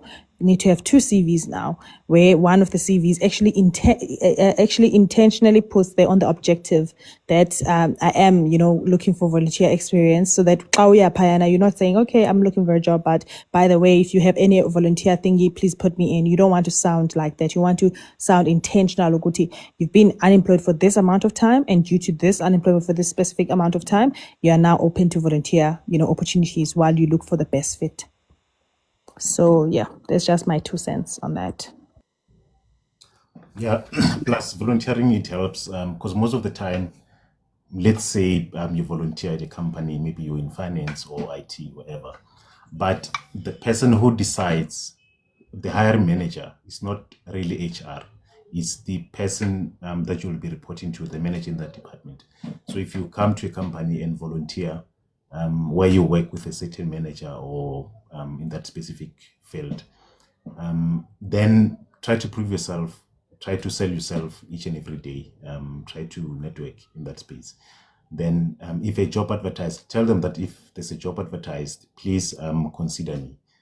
Because some companies even decide to hire. There are some companies that can even take you without even maybe advertising the job, because they feel like, no man, we were not even aware that we need an extra person, but since you came in, we just realized that we need an extra person. So so they even decide to give you something. Maybe once you've proven yourself within a month or 2, then maybe you can request to say, can you maybe provide a stipend just for my transport or something like that, once you've already proven yourself.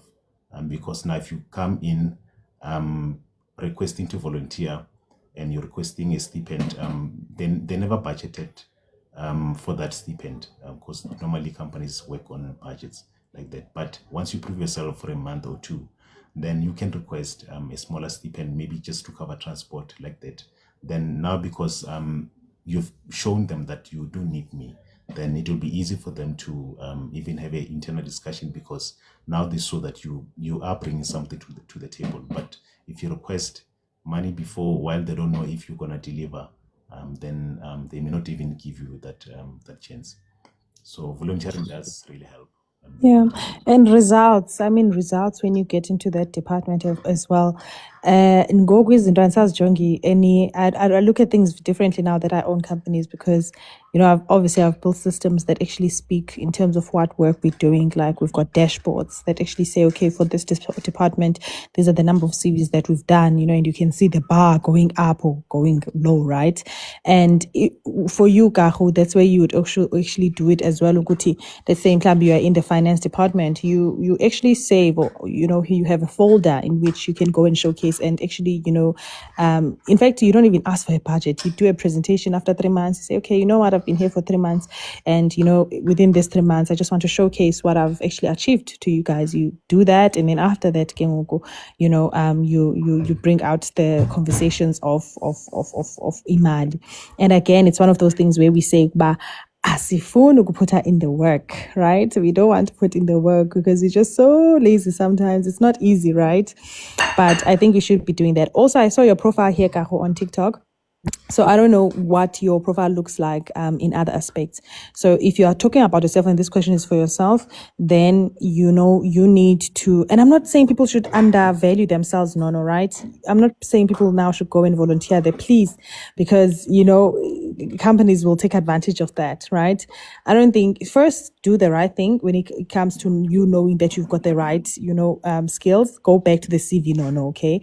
If you are saying now, no, I'm going to go back to the CV, I'll hear that. Go back to the CV, give it to professionals who will review it for you and then reapply.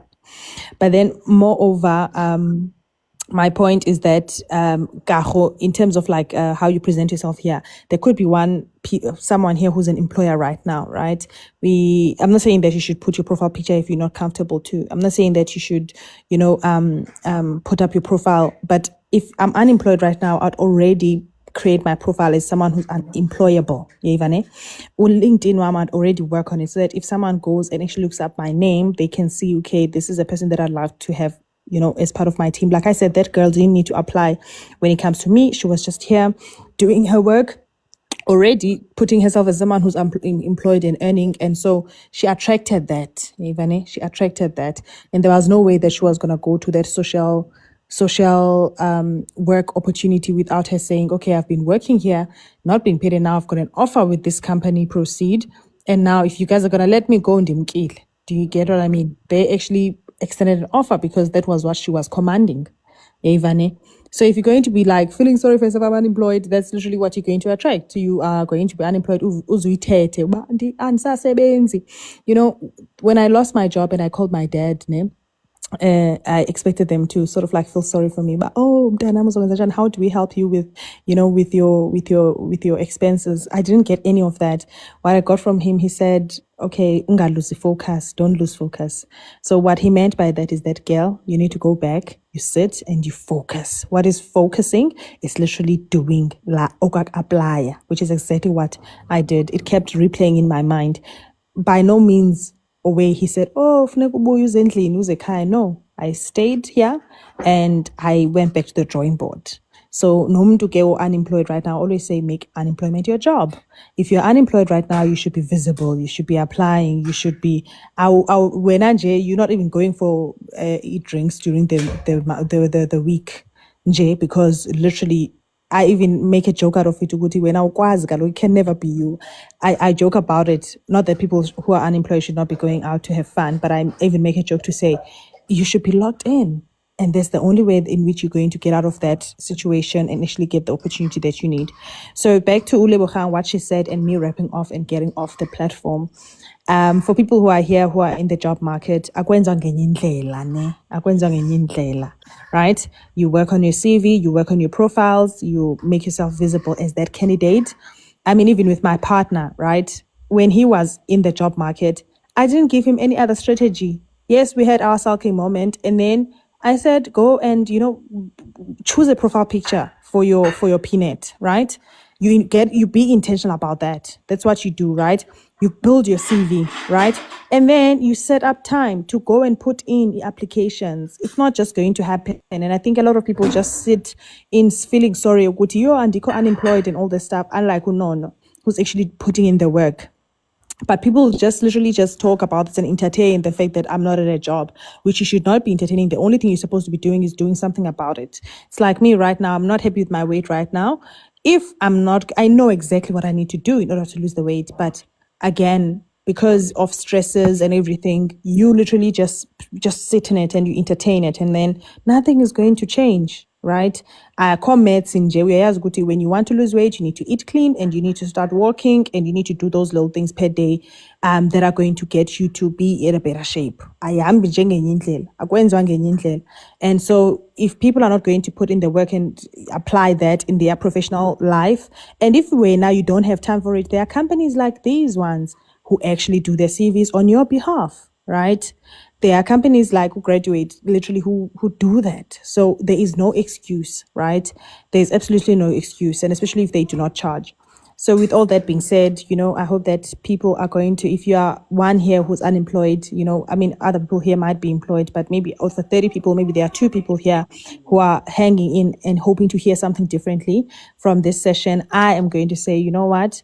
If you are going through it, go through it today and tomorrow. And then on Monday, like I said, get up, force yourself to shower, get in your most comfortable clothes, whether it's your loungewear from Shein, whether, it's your tights from Mr. Price, and wear something comfortable.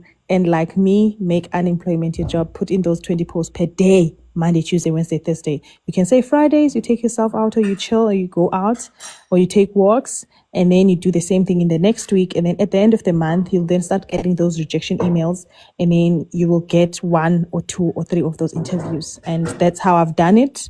That's how we do it for our current candidates, and that's how you can do it for yourself. So yeah. So before you go, are you able to, because I think maybe you can just give more details on what your company does and Okay. if So I didn't want to, because I thought, conflict of interest. Okay. So Proceed Academia, we offer e-services for professionals, right? We do your CV, right? We tailor it. We also make sure that we score it according to our internal ATS system. We apply on your behalf. So if you're a person here who's in the finance space, who's like, you know what, I need a job opportunity, but I'm too busy to, to apply, or you are too depressed to apply, or you've got other businesses to apply, okay? Or you simply are not knowledgeable. Maybe let's say you are 50 years old and you're not knowledgeable of PNet and, LinkedIn and whatnot. We go and we apply on your behalf. We tailor your LinkedIn profile. We set it so that it matches your CV. We set your PNet so that it also matches your CV. Make sure those also score out of 100 in terms of update. And we then go and apply on your behalf. So that is what we do across industries. Also, we offer the TEFL certificate and placement for people who want to teach English online. So I taught English online for a couple of years, graduate here in Cape Town.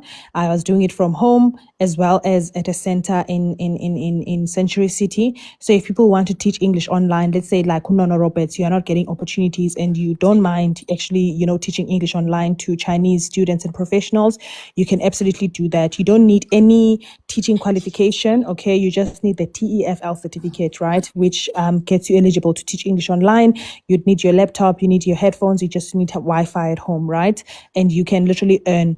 You don't need to do any lesson plans. All of that is already done on the platform. Yours is to literally just come in as if we were coming here on live. You meet the student and the content is already written there. The student reads and you just guide them in terms of pronunciation as well as, their vocabulary. So that is what we offer. So we don't only offer the TFL certificate, but we actually assist with placement. So we apply on your behalf on those platforms like Preply, Cambly, and I2I, all of those that we've listed on our platform.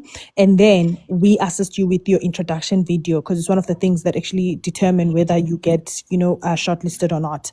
So siyakuncedisa ukuba mawenze la introduction video, and that is what we offer.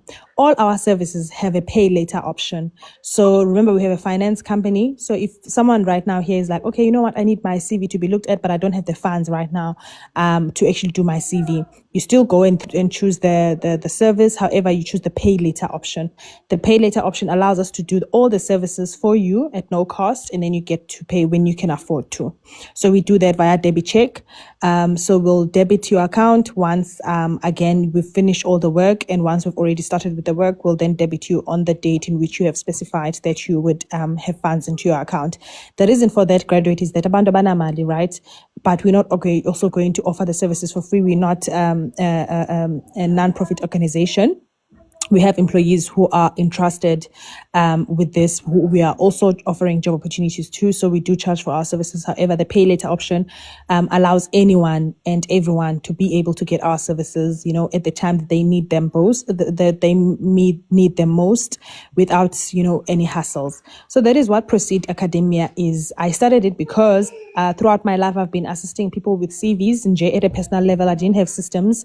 I didn't have employees. I was just doing it myself. And Abandu, 99% of people I assisted, they would come, but, oh, Melissa, very emotional. Oh, God bless you, and all this stuff.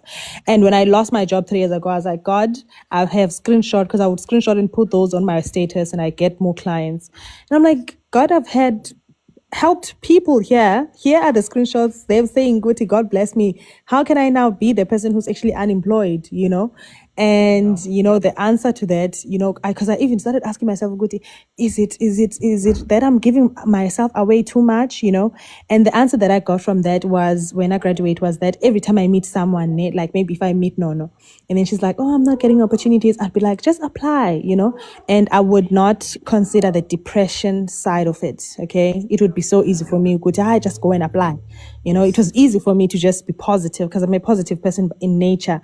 So I would approach abantu ngalando, which could be a bit harsh, considering number, I was also in the same situation. So I think I was put in that position so that I can understand exactly what it takes to actually get a job. So it's not just about applying. There's a lot of aspects, which is the depressing side. People even, I'm very confident, okay? People who take their own lives, I never used to understand that, but judge Anje. I even today, I'm judging who would try and take their life. But for one day in that unemployment stage, there was a few minutes where I felt like, oh, I can no biko. And remember, I had shelter and I had money to keep me going. But I was thinking, you know what? I feel suicidal. And I called my mom and my sister. I'm like, guys, I'm feeling like this. It was so embarrassing to admit. And after that, I never felt that again. So I always say people should also talk to us at Proceed Academia if you feel like that, because sometimes it's just literally the devil and it's just literally the stress. And some people will end up doing it if you're weak, who doesn't have a support system like me, because it's so sore, guys. Like, it's so, like, unemployment is just one thing. Like, I don't know if you guys have ever been unemployed, but it's one thing that's going to get you at your lowest, okay? No matter how confident you are, it's just going to strip you away, So that is how I felt. And, 3 months down the line, I got an opportunity, better opportunities. I was in a management post. I had to hire now for my own team, which is why I know they stock. I stocked my people because I wanted to see who am I going to have in my team, right? So again, all those aspects, they come into play. And also a conversation for another day. There's also something of actually being too overqualified, or being too looking too good on paper, Ivane. Where now you've got your LinkedIn and you've just put your accolades there, you've put your experience there, and you might just, intimidate the person who's trying to hire you, which is a conversation of another day. So I then, after I got the opportunities, I went back now, and this time I was more compassionate. I was more understanding about what goes into umdu opangapangeliyo, right? First of all, okay, they don't even have money to buy roll on. They have to ask from someone. So now with Proceed, we make it possible for people not to pay at all, but they have to pay, because whatever that you don't really pay for, you're not really going to respect.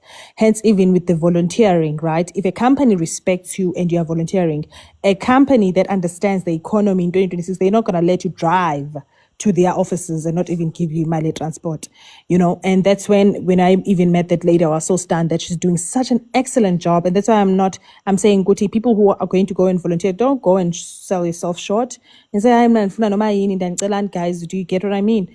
Be confident, because again, with being confident, it has all to do with what you attract and what not. And so that's what Proceed Academia is.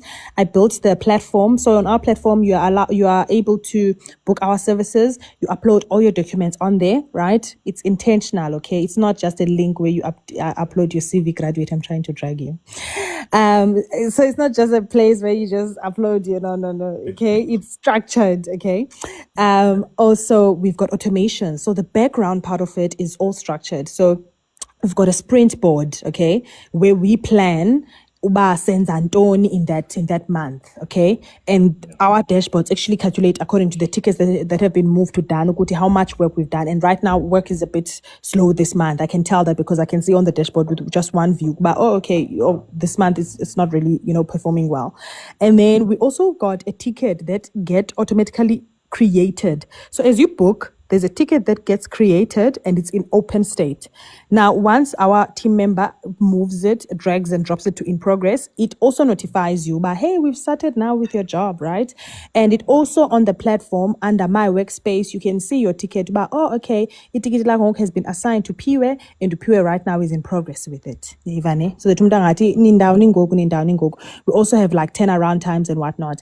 And then once we move it to done, it then notifies you that we are done now with your CV. Then you get it on our platform under my workspace. It will be there. CV has been dropped for you. You will review it. If there are any changes, you then type us back on the platform to say, hey guys, thank you so much. This is so excellent, which is usually the feedback that we get. Oh my goodness, I've never had a CV that looks like this. This is the best company ever. Who are you guys? How can I give you my monies? And how do I sign, my pensions on your name? I'm joking. So then we then go back to the drawing board, we re-edit. And so, that is our structure. Now, when a person gets placed, we push a button on the back end, which notifies the entire team that someone has gotten placed in this field. It will not say Ubangubani, right? It will just say Guti, someone is literally, placed in this field, and it's like a whole cheer. We also have reviews on our platform where people can write reviews as honest. So you'll see some of them are dragging us. They say, but why aren't you putting it in Word? I would have wanted it to be in Word because if it's in Word, I can just make my own edits without coming to pay you guys again. So we take those reviews and we actually implement changes on it. As a result, now when we give you your CV, we give you in PDF and HTML as well as Word. So we don't just look for good reviews only. We look for people to actually drag us if they think there's a part of the system that we can improve. So that's what Proceed Academia has become. And if you saw Graduate, what I asked here at Mandela, I asked Kuba, are you affiliated with any universities? Right now, I've submitted a proposal to Nelson Mandela University. I'm still waiting for feedback from them so that I can work with the Department of the Years for a work readiness program, right? However, I'm not in connection with the university itself. I'm in connection with a lady that I met here on TikTok who works at the university. So maybe we can connect you and I with regards to how you can assist me, acquire a specific institution where I know that, graduates or even professionals who are at that institution, they can always make use of our services. Because then if you have a set database or a set company, then you know that there's continuity instead of just working with individuals independently. So that's what I'm looking for. Also, I appreciate your branding that you've done on your profile. I've screenshot your profile. I'm just letting you know. I've screenshot. I like what you've done there in terms of like making your team visible. I did make my team visible, then I removed them. I like how you actually have branded, all of that. You're just intentional with regards to your branding. So the person who's currently managing the social media, please give them a raise and keep them. I like them. Yeah, I like them. Yeah, just comment them. It looks good. And I also like the actual branding in the institution that you guys were in, like the gazebos and everything. That is what I envision for Proceed. So yeah, it's always nice to learn from people. Hence, I'll always come into platforms that such as these ones because of the passion that I have and what I envision for Proceed Academia, and I'll try and get nuggets. So if I'm going to get someone who's going to manage my social media, I'm going to say, look at Graduate Employment, look how good they are. They are award winning. Look at them. You need to, I'm not going to say copy, but I'm going to say, you see this standard? This is, the standard in which I need, because I don't have capacity to do that because I do branding and design myself, but I'm not for doing it for Proceed Academia due to the other aspects that I do manage as well. So yeah, that is just that. Well, thanks a lot. So like for people to reach you, how do they reach you for your services? Okay. Okay, so for Proceed Academia, there's a link on our bio, which is www.proceedacademia.com. You can just click on the link and then you can be able to sign up. Once you sign up, you're going to land on our excellent platform. We also just built a IT faculty because for people who are in IT in the stretch of my own knowledge now, right? Because I'm in IT myself, full time. So I've put in the IT faculty in Woka City. Who even wants to get into IT, how do you get in without even a background in IT? You can start in IT help desk support, right? I worked for a company where I was an intern at Business Connection, which is one of the ones that actually gave you that award when I graduate employment.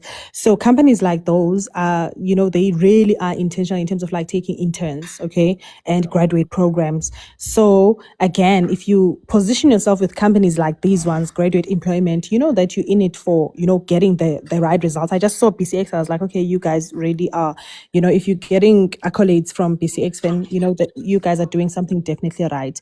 So in terms of that, they can go to our platform and then they can book any of our services there. They can choose when it comes to payment, to pay in advance or to pay later. And then I also have my number on my WhatsApp, right? My WhatsApp number, because I literally chat to people before they can even get our services. Instead of just putting a website Payan and then they speak into a website, I've got my heart in what I do. So if people want to connect and they just have really questions with regards to, their careers, I'm always willing to take those questions on WhatsApp or for even like business prospects, because we are still pretty much new. So there's my WhatsApp number on the bio. People can reach me on there. So yeah, that is where we can really be reached. But in terms of people who want to partner, we've got our email as well on the. Okay, so if you want to chat to us, you can chat to us via our platform or via my number. We also have our email. We don't have an academia email. We've got a Proceed Finance email. So it will be info@proceedfinance.com, PRO-SEED finance.com. That is how it's spelled, proceedfinance.com. That's our email address for people who might, want to work with us in any shape or form. And volunteering, we're definitely looking for people for a person to volunteer, guys. I am looking if you have the right skills. So if you're also here and you're looking for volunteer, if you've got expertise in terms of, if you want to become a career expert, we do coach you when it comes to that. We do have a certification that we offer. So you can literally, grow within the company and, be in the coaching space when it comes to just tailoring CVs and whatnot. We train you fully. We show you how to use our systems, and it helps when it comes to technicalities and just ways of working because we are agile as well, right? Like I said, we've got sprints. We work in sprints. We're agile, so it could be good for your CV if you are just starting off and you just want to put, your experience right, that will help you while you are wait for your preferred. But for people who are here, they should be teaching English online, okay? If you're unemployed right now, do the TEFL certification. I did it weekends again, and that means a Saturday and a Sunday, or Friday or Sunday, because Friday I would literally start at 3 a.m. going into Saturday. So I would earn 7 point something, right? When I did that only for 2 days. So it's one of the leading careers. I've got people that I went to school with who are teaching English online, doing it as a full-time job, guys. They are earning, they've bought themselves vehicles. I don't know if you guys know Yanelisa Borgfeld, who's also an online English teacher. We're in the same, high school. So they are doing it full-time. So if you're here and you want to teach English online, you need your metric and a post-metric qualification and you're good to go. Doesn't matter if you've got an HR degree, if you've got, a finance degree, any degree, you can teach English online and get good pay if you are still looking for savings. So yeah. Okay, no, thanks a lot. Because what we do, we just advocate for our graduates to be employed. It doesn't matter if they come to you or they go to another platform. As long as graduates get employed, that's our main goal. It doesn't matter if they get employed through us. So for now, I think I can advise most of the graduates to come and check, to contact you, because it seems your platform is working and it's very intentional. So It is intentional. Yeah, I think they should try and see how they can contact you as well. Yeah, so we also have listings on the platform under vacancies, where now we don't apply for them, they can apply for themselves. They can even look at opportunities. So we've got companies that actually have opportunities that they know go to their actual open opportunities. Because remember, companies usually put just imisebenzi on Pnet and forget about them, or they never delist them. And so when you're just applying for a role that might even be, redundant. So abantu bayakwazi ukuthi bajonge phana under vacancies. Even our vacancies are there under proceed vacancies. Then uyakwazi apply laphayana. These are actual opportunities that are open right now. We don't ever put anything that is out that is stale. So I'll definitely email you so that we can have that working relationship. I affiliate, right? I don't believe in just, as a result, we worked with Lulama Hughes, who's a lady here who's working abroad. That's where most of our clients came from. We've got over about 2,000 candidates on the platform. Some of them are inactive and some of them are active, meaning they are literally, getting services through us. So all I'm saying is that we work on an affiliation basis. Like I said, I'm very ethical. I believe very much in terms of like working together. So yeah, let me just email you with regards to that. I'll just provide you with the Proceed Academia profile, which is going to summarize everything that we've got here. It's an existing profile that we just forward to any business prospects that we might have so that you guys can understand who we are.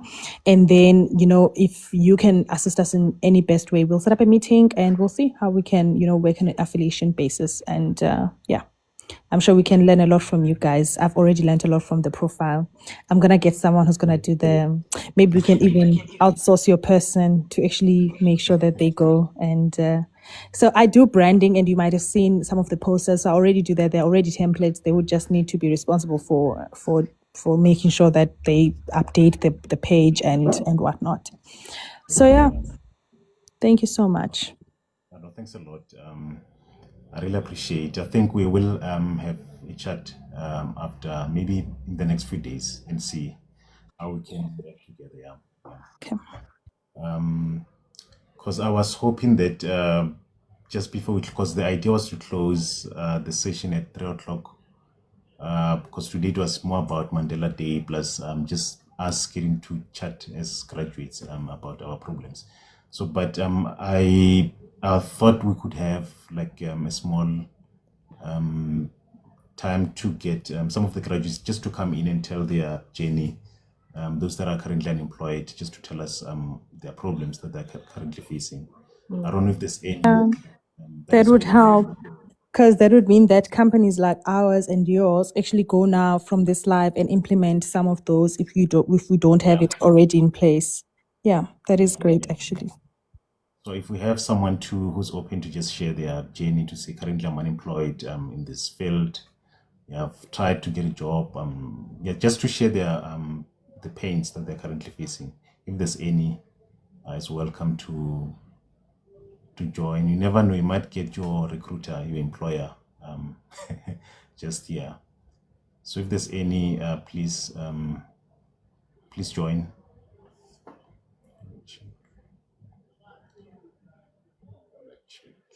Hi, Azania just joined. And Impo is also joining as well. Hi, Azania. Please unmute. We'd love to meet you. You look gorgeous. Hi. Hi, Impo. Good afternoon. I'm good, and yourself? Thank you for the opportunity. So I'm Paul. So I've been unemployed since maybe let's say this month, last month March. But since then I'm not employed because last year I was doing the internship for 2 years. So since March until now, everything that I get is a rejection. And I graduated 2018. Since then, I never had a stable job. Even now, I try to revamp my CV, but nothing is working. Every time I get the rejection. So I don't know what else to do. I'm always staring on my laptop, viewing my email, checking what the mistake that I'm making. I don't know what else to do. Yeah, I think maybe because we will be hosting these sessions every 2 weeks, every second week, every 2 weeks basically. Then I think we'll try to get more people to come and assist in this space. But you can also check with our proceeds team as well. They might advise, because since they did not mention some of their charges, the pricings, you find that they charge something that you can I afford. was going through the page. The problem is the money. The unemployment, it's very difficult because we don't have Okay. money to pay for the So service. I like that. I like that you even share that. So you said you went to Proceed Academia profile, right? You already logged in on our profile, right? So Yes. we usually deal with professionals. Remember, who graduate, it stipulates here it's for graduates, right? We've never really worked with graduates, something tailored for graduates. We usually have professionals, managers, senior clients, intermediate professionals, junior professionals who are in the job market already, who are earning, right? And from this one, I'm happy to go and put up, graduate packages that will, suit graduates, because really we've never really worked with graduates. But if you're a graduate in the job market and fully unemployed, I'm happy to go and put up, stuff for that. So what we'll do, Paul, if you've signed up, that means that you're already a user. We'll set that up, and then I'll send a bulk email that will announce to everyone that now we are actually catering for unemployed graduates. So once you get that email, then you'll be able to go and book our services. Okay. Okay, thank you. And then for the record, I did financial management diploma. So the thing with finance is because in finance, it's really, it's one of those fields where Omdu is gonna have to be strategic when you are putting yourself out there, right? So you also need to be aware of the companies in which you can work in, right, or work at, right, like the banking industry, like Capitec. Okay, you can start, applying at Capitec. They always have roles there. I would encourage you to be, if you were to come through us and you in finance, would apply for you at Capitec, because they do offer, graduate programs, and also, entry level opportunities at the actual banks. Okay, across the banks. That's where I would find myself, and then in the private institutions, right, the private companies within Cape Town and Johannesburg. I don't know other provinces, but I know that private sectors, they do take in graduates or even professionals in the finance space. Also, I wouldn't limit myself only into finance, Mpo, Evane. Yeah. I would apply in other, like, guys, I'm so naive. Like, when I started in IT support, like I said, at Business Connection, right? And then after that, I remember I had a software development qualification. So I started in IT help desk, right? I did software development at Skolwen. And then I got the opportunity with help desk. After that, I was in retail. I applied in retail, which is the Foshini group. Okay. Now, Abandu, when they think finance, they're only looking at banks. They're not looking at the retail side of things. Now, a retailer, I was a systems trainer for managers, say TFG stores. Okay, so it was a program that was run by TFG. We were getting a stipend, and when they advertised it, they had put that you're going to earn 3,500 rand. Now, no one is going to apply for that, but then when we got into it, we were actually getting 10,000 rand. So it's also another thing when you are looking at these programs. Uguti, don't look at the salary, uguti itini range. So be naive when you are unemployed. Okay, literally. Be dilulu, Ivane. Yeah. So exactly, you need to be dilulu there, and you need to fill in I all. apply everything, retails, Yeah, everything. yeah, I apply everything. yeah. So I got that then as a systems trainer, and remember that Business Connection internship, Nale systems trainer, now put me in a better position to get into an IT support role here in Cape Town. That's when I moved here to Cape Town. And then after that, I looked with IT, Uguti, I've got this IT qualification, but where do I actually fit in? I've got software development. I know that I don't want to be a developer unnecessarily. And then I looked into the market, but what else is there? Because we box ourselves. Because you're boxing yourself. And then that's when I got into quality assurance. And the first company that gave me an opportunity for that, I didn't even know what a test case was. In that interview, they even had to pull up a board. You see those boards where you write with a Koki pen? They said, Nancy Ganje. And I was like, okay, it's Ganje. And I was getting it wrong. They said, but you'll get it. I was like, and if opportunity. But, I kept asking the questions, but okay, it's Ganjani. And then I wanted to do my own, research, and I got the job, So again, quality assurance was the space that I got into IT.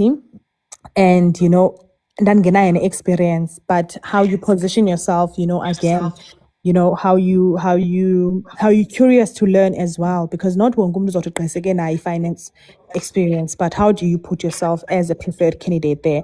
And they even said, but most of the people that they were getting, they were just too formal, treating it as an interview question and answer.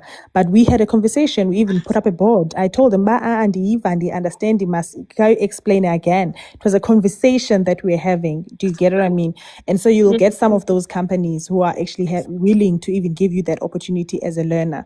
So that's just my 2 cents. Guti, let's speak about these things. Speak, Guti, okay, guys, your prices are high. We are graduates. We need this, right? And companies like ours who are really passionate about what they do, they will go and put in, packages for graduates there so that people can get the opportunities that they need.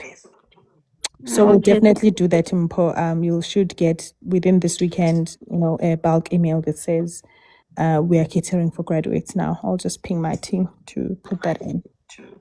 Okay, thank you very much. Thank you.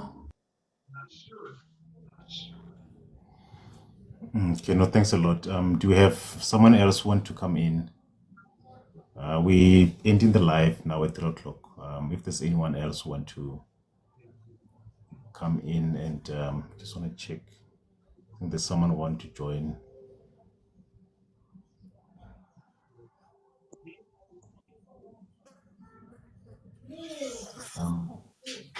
Esther, do you want to say something? Yes, even myself, I have a problem. I've been applying non-stop, but without any luck. I'm in tourism. Yeah. But on the 5th of May, I went to the interview. I didn't get any response at Mahalis Lodge. And I tried to make a follow-up, but still, they didn't respond.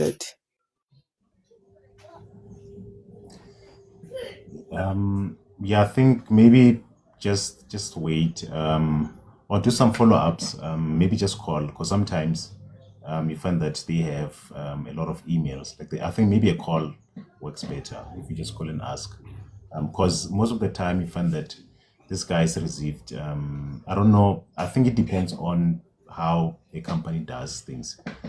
Some they'll come back to, especially if you manage to get to an interview. Sometimes they will come back to everyone who didn't make it, but some companies maybe they just continue their life. But I think maybe a call where you can just call and request to talk to HR just to find out, or you find that maybe they're not done with the recruitment process. But I think if maybe it's been like over a month or two, maybe just call just to find out if there's any luck on that. So yeah. Okay. Yeah, but I think what you can do also, maybe just check online if you are in tourism. Maybe just check most of the companies that focus specifically on tourism, and try to even if sometimes some companies find that you will never see them advertising a role on internet, but you'll just see people working. You'll wonder how did these people can get in, because even on their website there's no career tab there on their website. Yes, most of the vacancies, they want experience. That's the problem. Yeah, but like what you can do let's say in any industry, like it's either in engineering or tourism, one of the things that works at some point, especially some of the companies that don't advertise, you just see people working. Just go to the website, you find that info email address, it's just admin or info. You can just maybe take that email, send your CV, even if there's no job advertised. Just state your story on email to say, I'm this person, I'm looking for a job, this and that. So you might get lucky. That's why I'm saying that since you are in tourism, just look for most of the companies that deals with tourism, and just send your CV, no matter they advertised or not. Because some companies you'll never see them advertising jobs, but you'll see people working. So in that case, you just try your luck, even in engineering or any industry.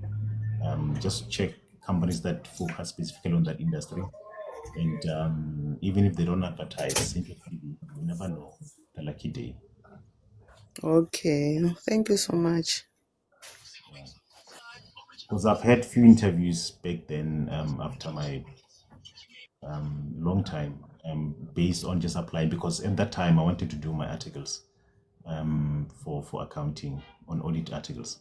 So like let's say for Sayaka, you just go to Sayaka website or Cyber website. It has got a list of all the registered accounting companies. You find that there are over like 500 companies, let's say for finance. I just went through their website.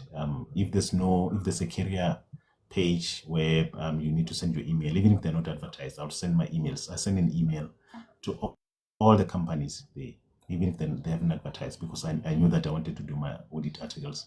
And I just applied, I just uploaded my CV and put my motivation there, and I'm looking to do my articles like that. So even from your side, I think just search online for all the companies that you know that they focused on tourism like that. Then just send your CV, no matter they are advertised or not. So yeah, it does work sometimes. Okay. Yeah.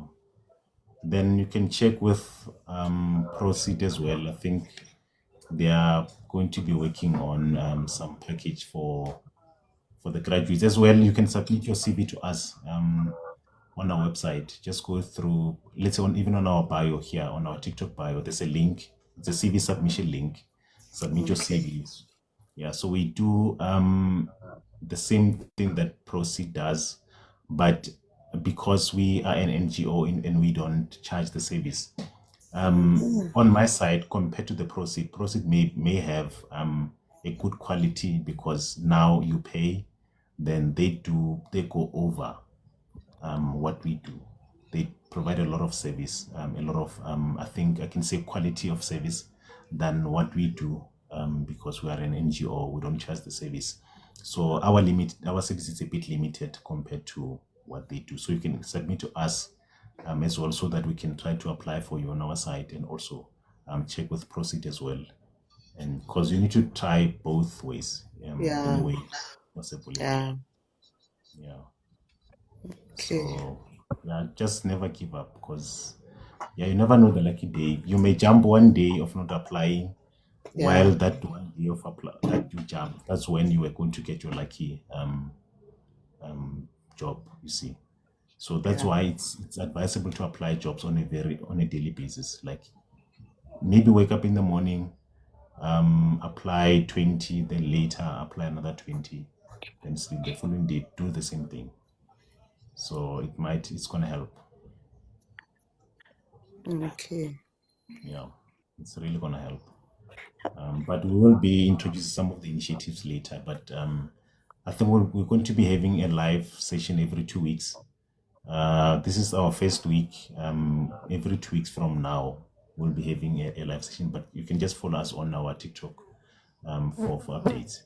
So, because we will be trying to bring in some of the recruiters, some of the people that works in HR, wellness, just to guide and advise how you can do better, like that. Okay. And we're definitely going to join to learn further. We'll definitely be camping. We just followed you. We have followed you, and we look forward to the lives. Is this your first live, or you're just saying in future you'll be having more of these? No, this is our first live, because what happened is that since we're focusing mostly on job application on the other side, so this is more of our graduate wellness session. It's our first session for our graduate wellness session, where we will be discussing the challenges that are faced by a graduate, so that we can see how we can assist, and if there's any valuable information that we can use to build our solutions. So, because behind the scene, we're trying our best to partner with recruitment agencies, corporate, like that. Like currently, what we like the NetBank team currently, they working with us. Lebogang, she's part of the team. Now we're working on our customer experience project to improve the customer experience, because currently we are the middle person. So meaning we get the CVs from the graduates, then we To need to now NetBank make sure that or those to the graduates, different companies.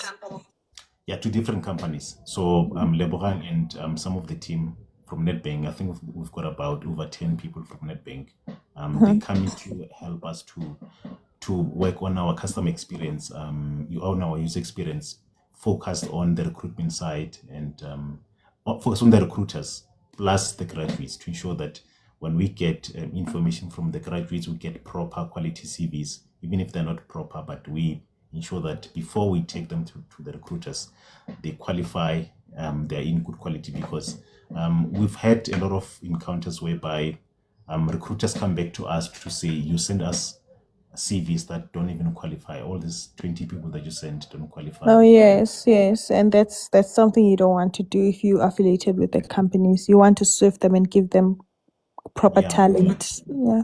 yeah. And some point you find that we send like the early this year, February, March. I sent about 6 graduates for an interview with some companies, one of the corporate that we partnered with. All of them during the interview, they failed because of Oh my goodness, preparation or what? Oh my goodness, no. Your people preparation. cannot be failing graduate employment. They cannot be Yeah. failing interviews. What was the gap? Was it the skills that they were looking for, or was it just how they present themselves?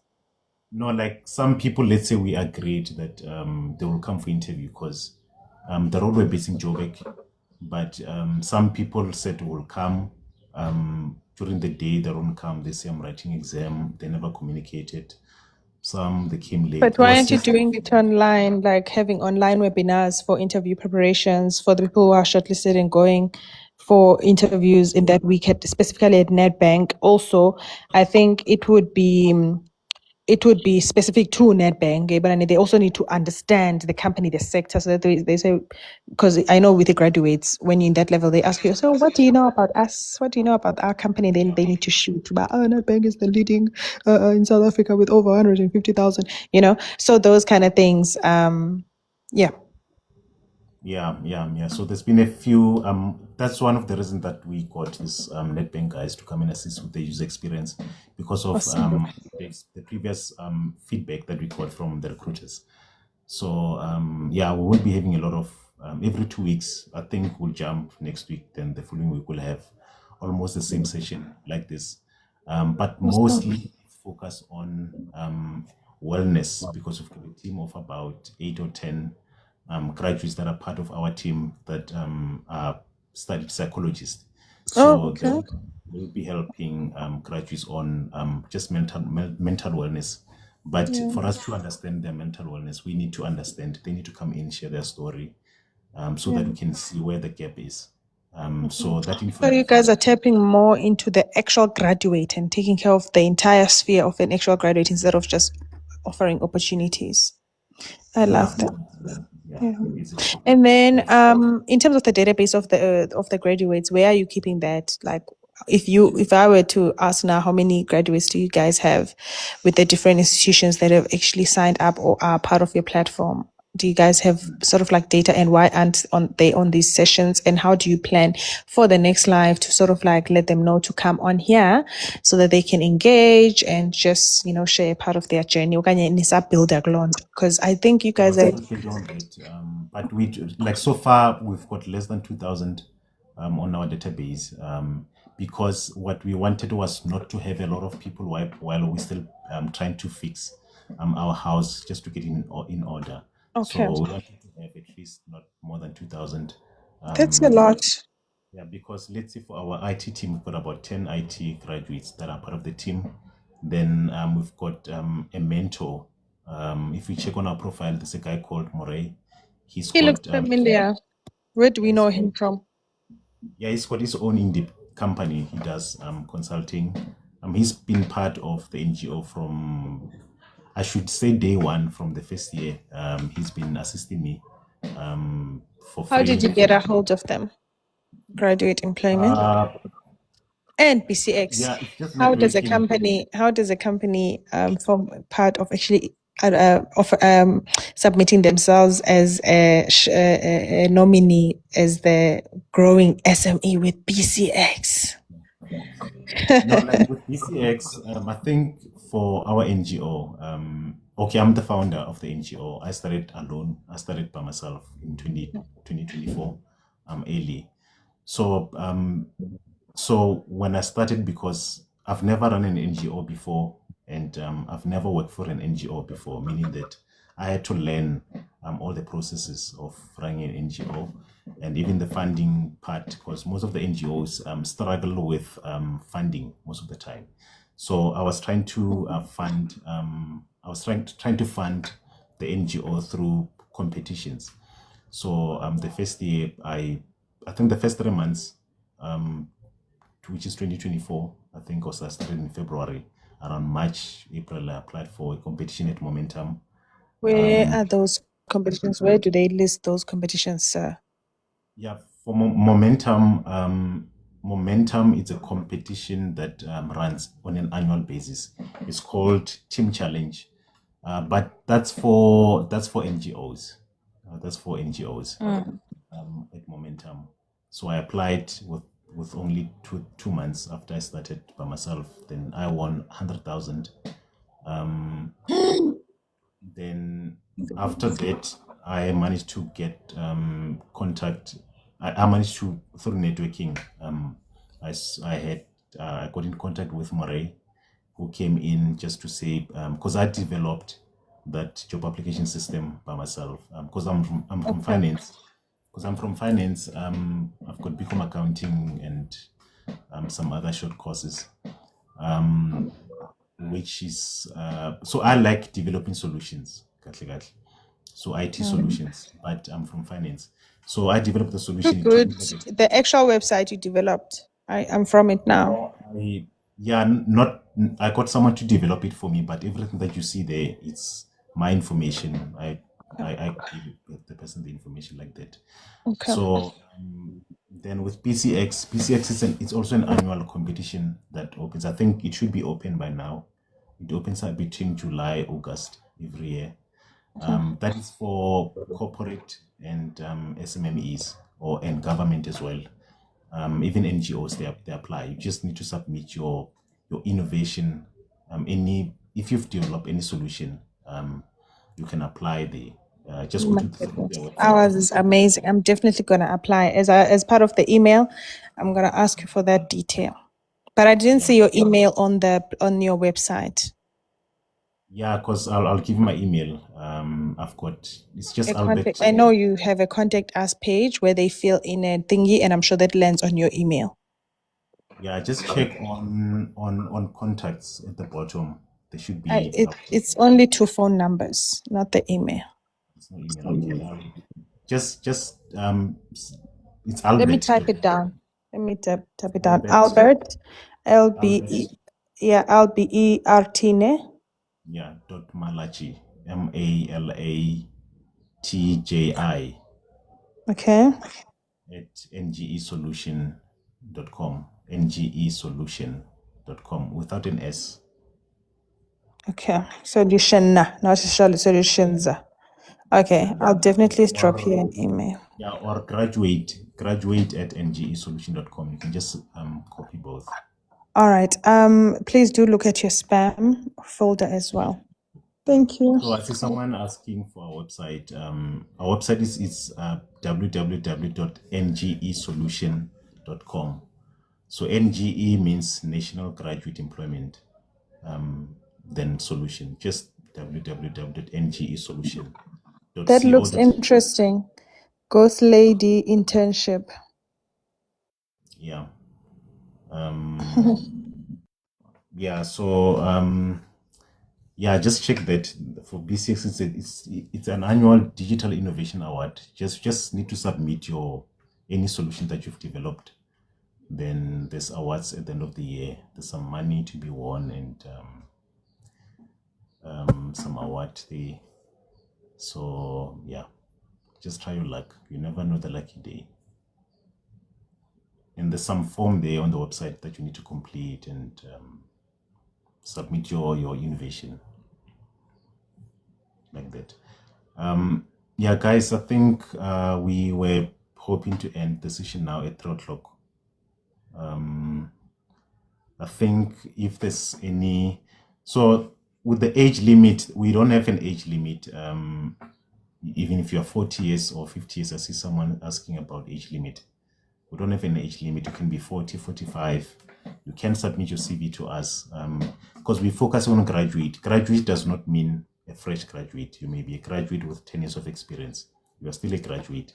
And most of the time, you may be graduate with 10 years of experience, but you're not where you want to be. So you can still submit your CV because what we do is that when we apply for jobs for graduate, we apply for jobs even for people with 5 years of experience. We're not only focusing on internships and entry level. So we don't have an age limit on that. Yeah, I'm just checking if there's any questions. So if there's anyone who want to come in and for a question, because I see there's comments, but if someone want to come in just for a question, you can come in. Okay, ke kopa ho botsa about keng FAIS. Yeah. Yeah, they usually ask for that. I can apply and the bank and again the RE. Yeah, normally, especially the finance industry, not necessarily finance industry, but yeah, I can say companies like, it depends on the job. Let's say you apply for at the bank, there's a certain role that will require an RE. Some does not require an RE. So an RE is just I think it's just a 1 month. It's not it's just an exam. You can register for an exam at Moonstone. There's a company. There's this institution called Moonstone. I think it's like 1.3, 1,300. The exam itself, and you can just book and go write exam. Maybe find your material to study, and or maybe register for there are some companies that provide training for just to prepare yourself. Yeah, I think there's many people who does the training, but for the exam itself, if you have material that someone can give you material, you can just study by yourself and go write exam. It's like 1.3. Yeah, so but normally I think it's even advisable if you've worked in insurance, because I think focus more on insurance roles, but there are some of the finance job itself that requires you to have RE.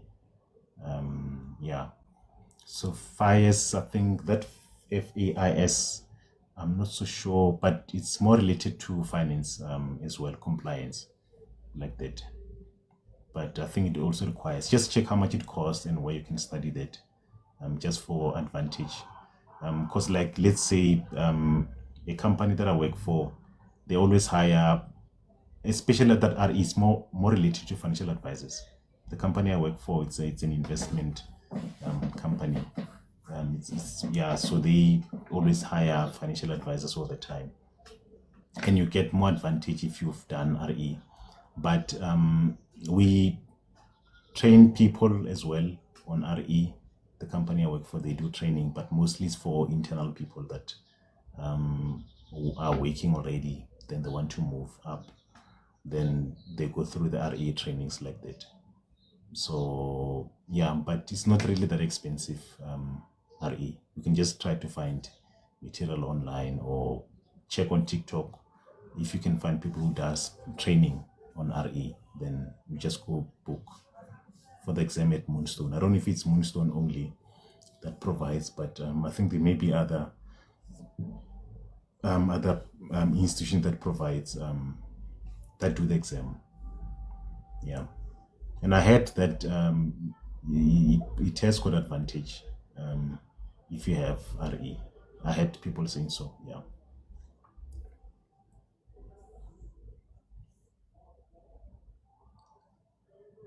We need to end the call. Do you have someone else want to ask a question just about our NGO or anything else that we've spoken about today?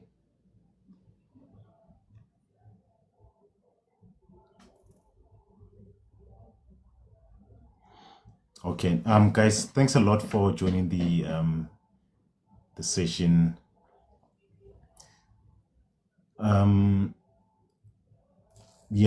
Ghost lady, we take CVs from everyone from any province. We don't choose. You may be from Limpopo or Eastern Cape, Northern Cape. Because when we apply for jobs for people throughout the country. When we check a job advertised online that we apply for you, it doesn't matter it's in Cape Town or it's in Northwest, we apply for you. So yeah, we take anyone. As long as at least you've got some sort of a certificate, a 1 year certificate or 2 years or a degree diploma. Yeah. Guys, thanks a lot for joining the session. Andile, no, it's for for all industries. You may be in finance, IT, engineering, yeah, any industry. We don't choose. We don't have any industry. Guys, I'm ending the call, the session now. Just please follow our page from Facebook, because some of the information you find that we posted on Facebook or LinkedIn or other platforms, and you find that we didn't post on our TikTok page, please just try to follow us on all our social media platforms. So we are available on LinkedIn, Facebook, Twitter, Instagram, all social media platforms. Just follow us there. Then just keep checking. But we will be having this session in the next 2 weeks again. But we'll post on our page, on our TikTok, just to let you know that we will be having a session like this one. Thanks a lot, guys. I really appreciate. It was a very fruitful day for us. At least we celebrated Mandela Day, not so bad. Yeah. Okay. Then, if you've got any question, you can either maybe even here on TikTok, you can just send us a message if you want to ask a question, or send us an email at graduate@ngesolution.com. We will reply to you and give you any information that maybe now you don't think about it and think about it later.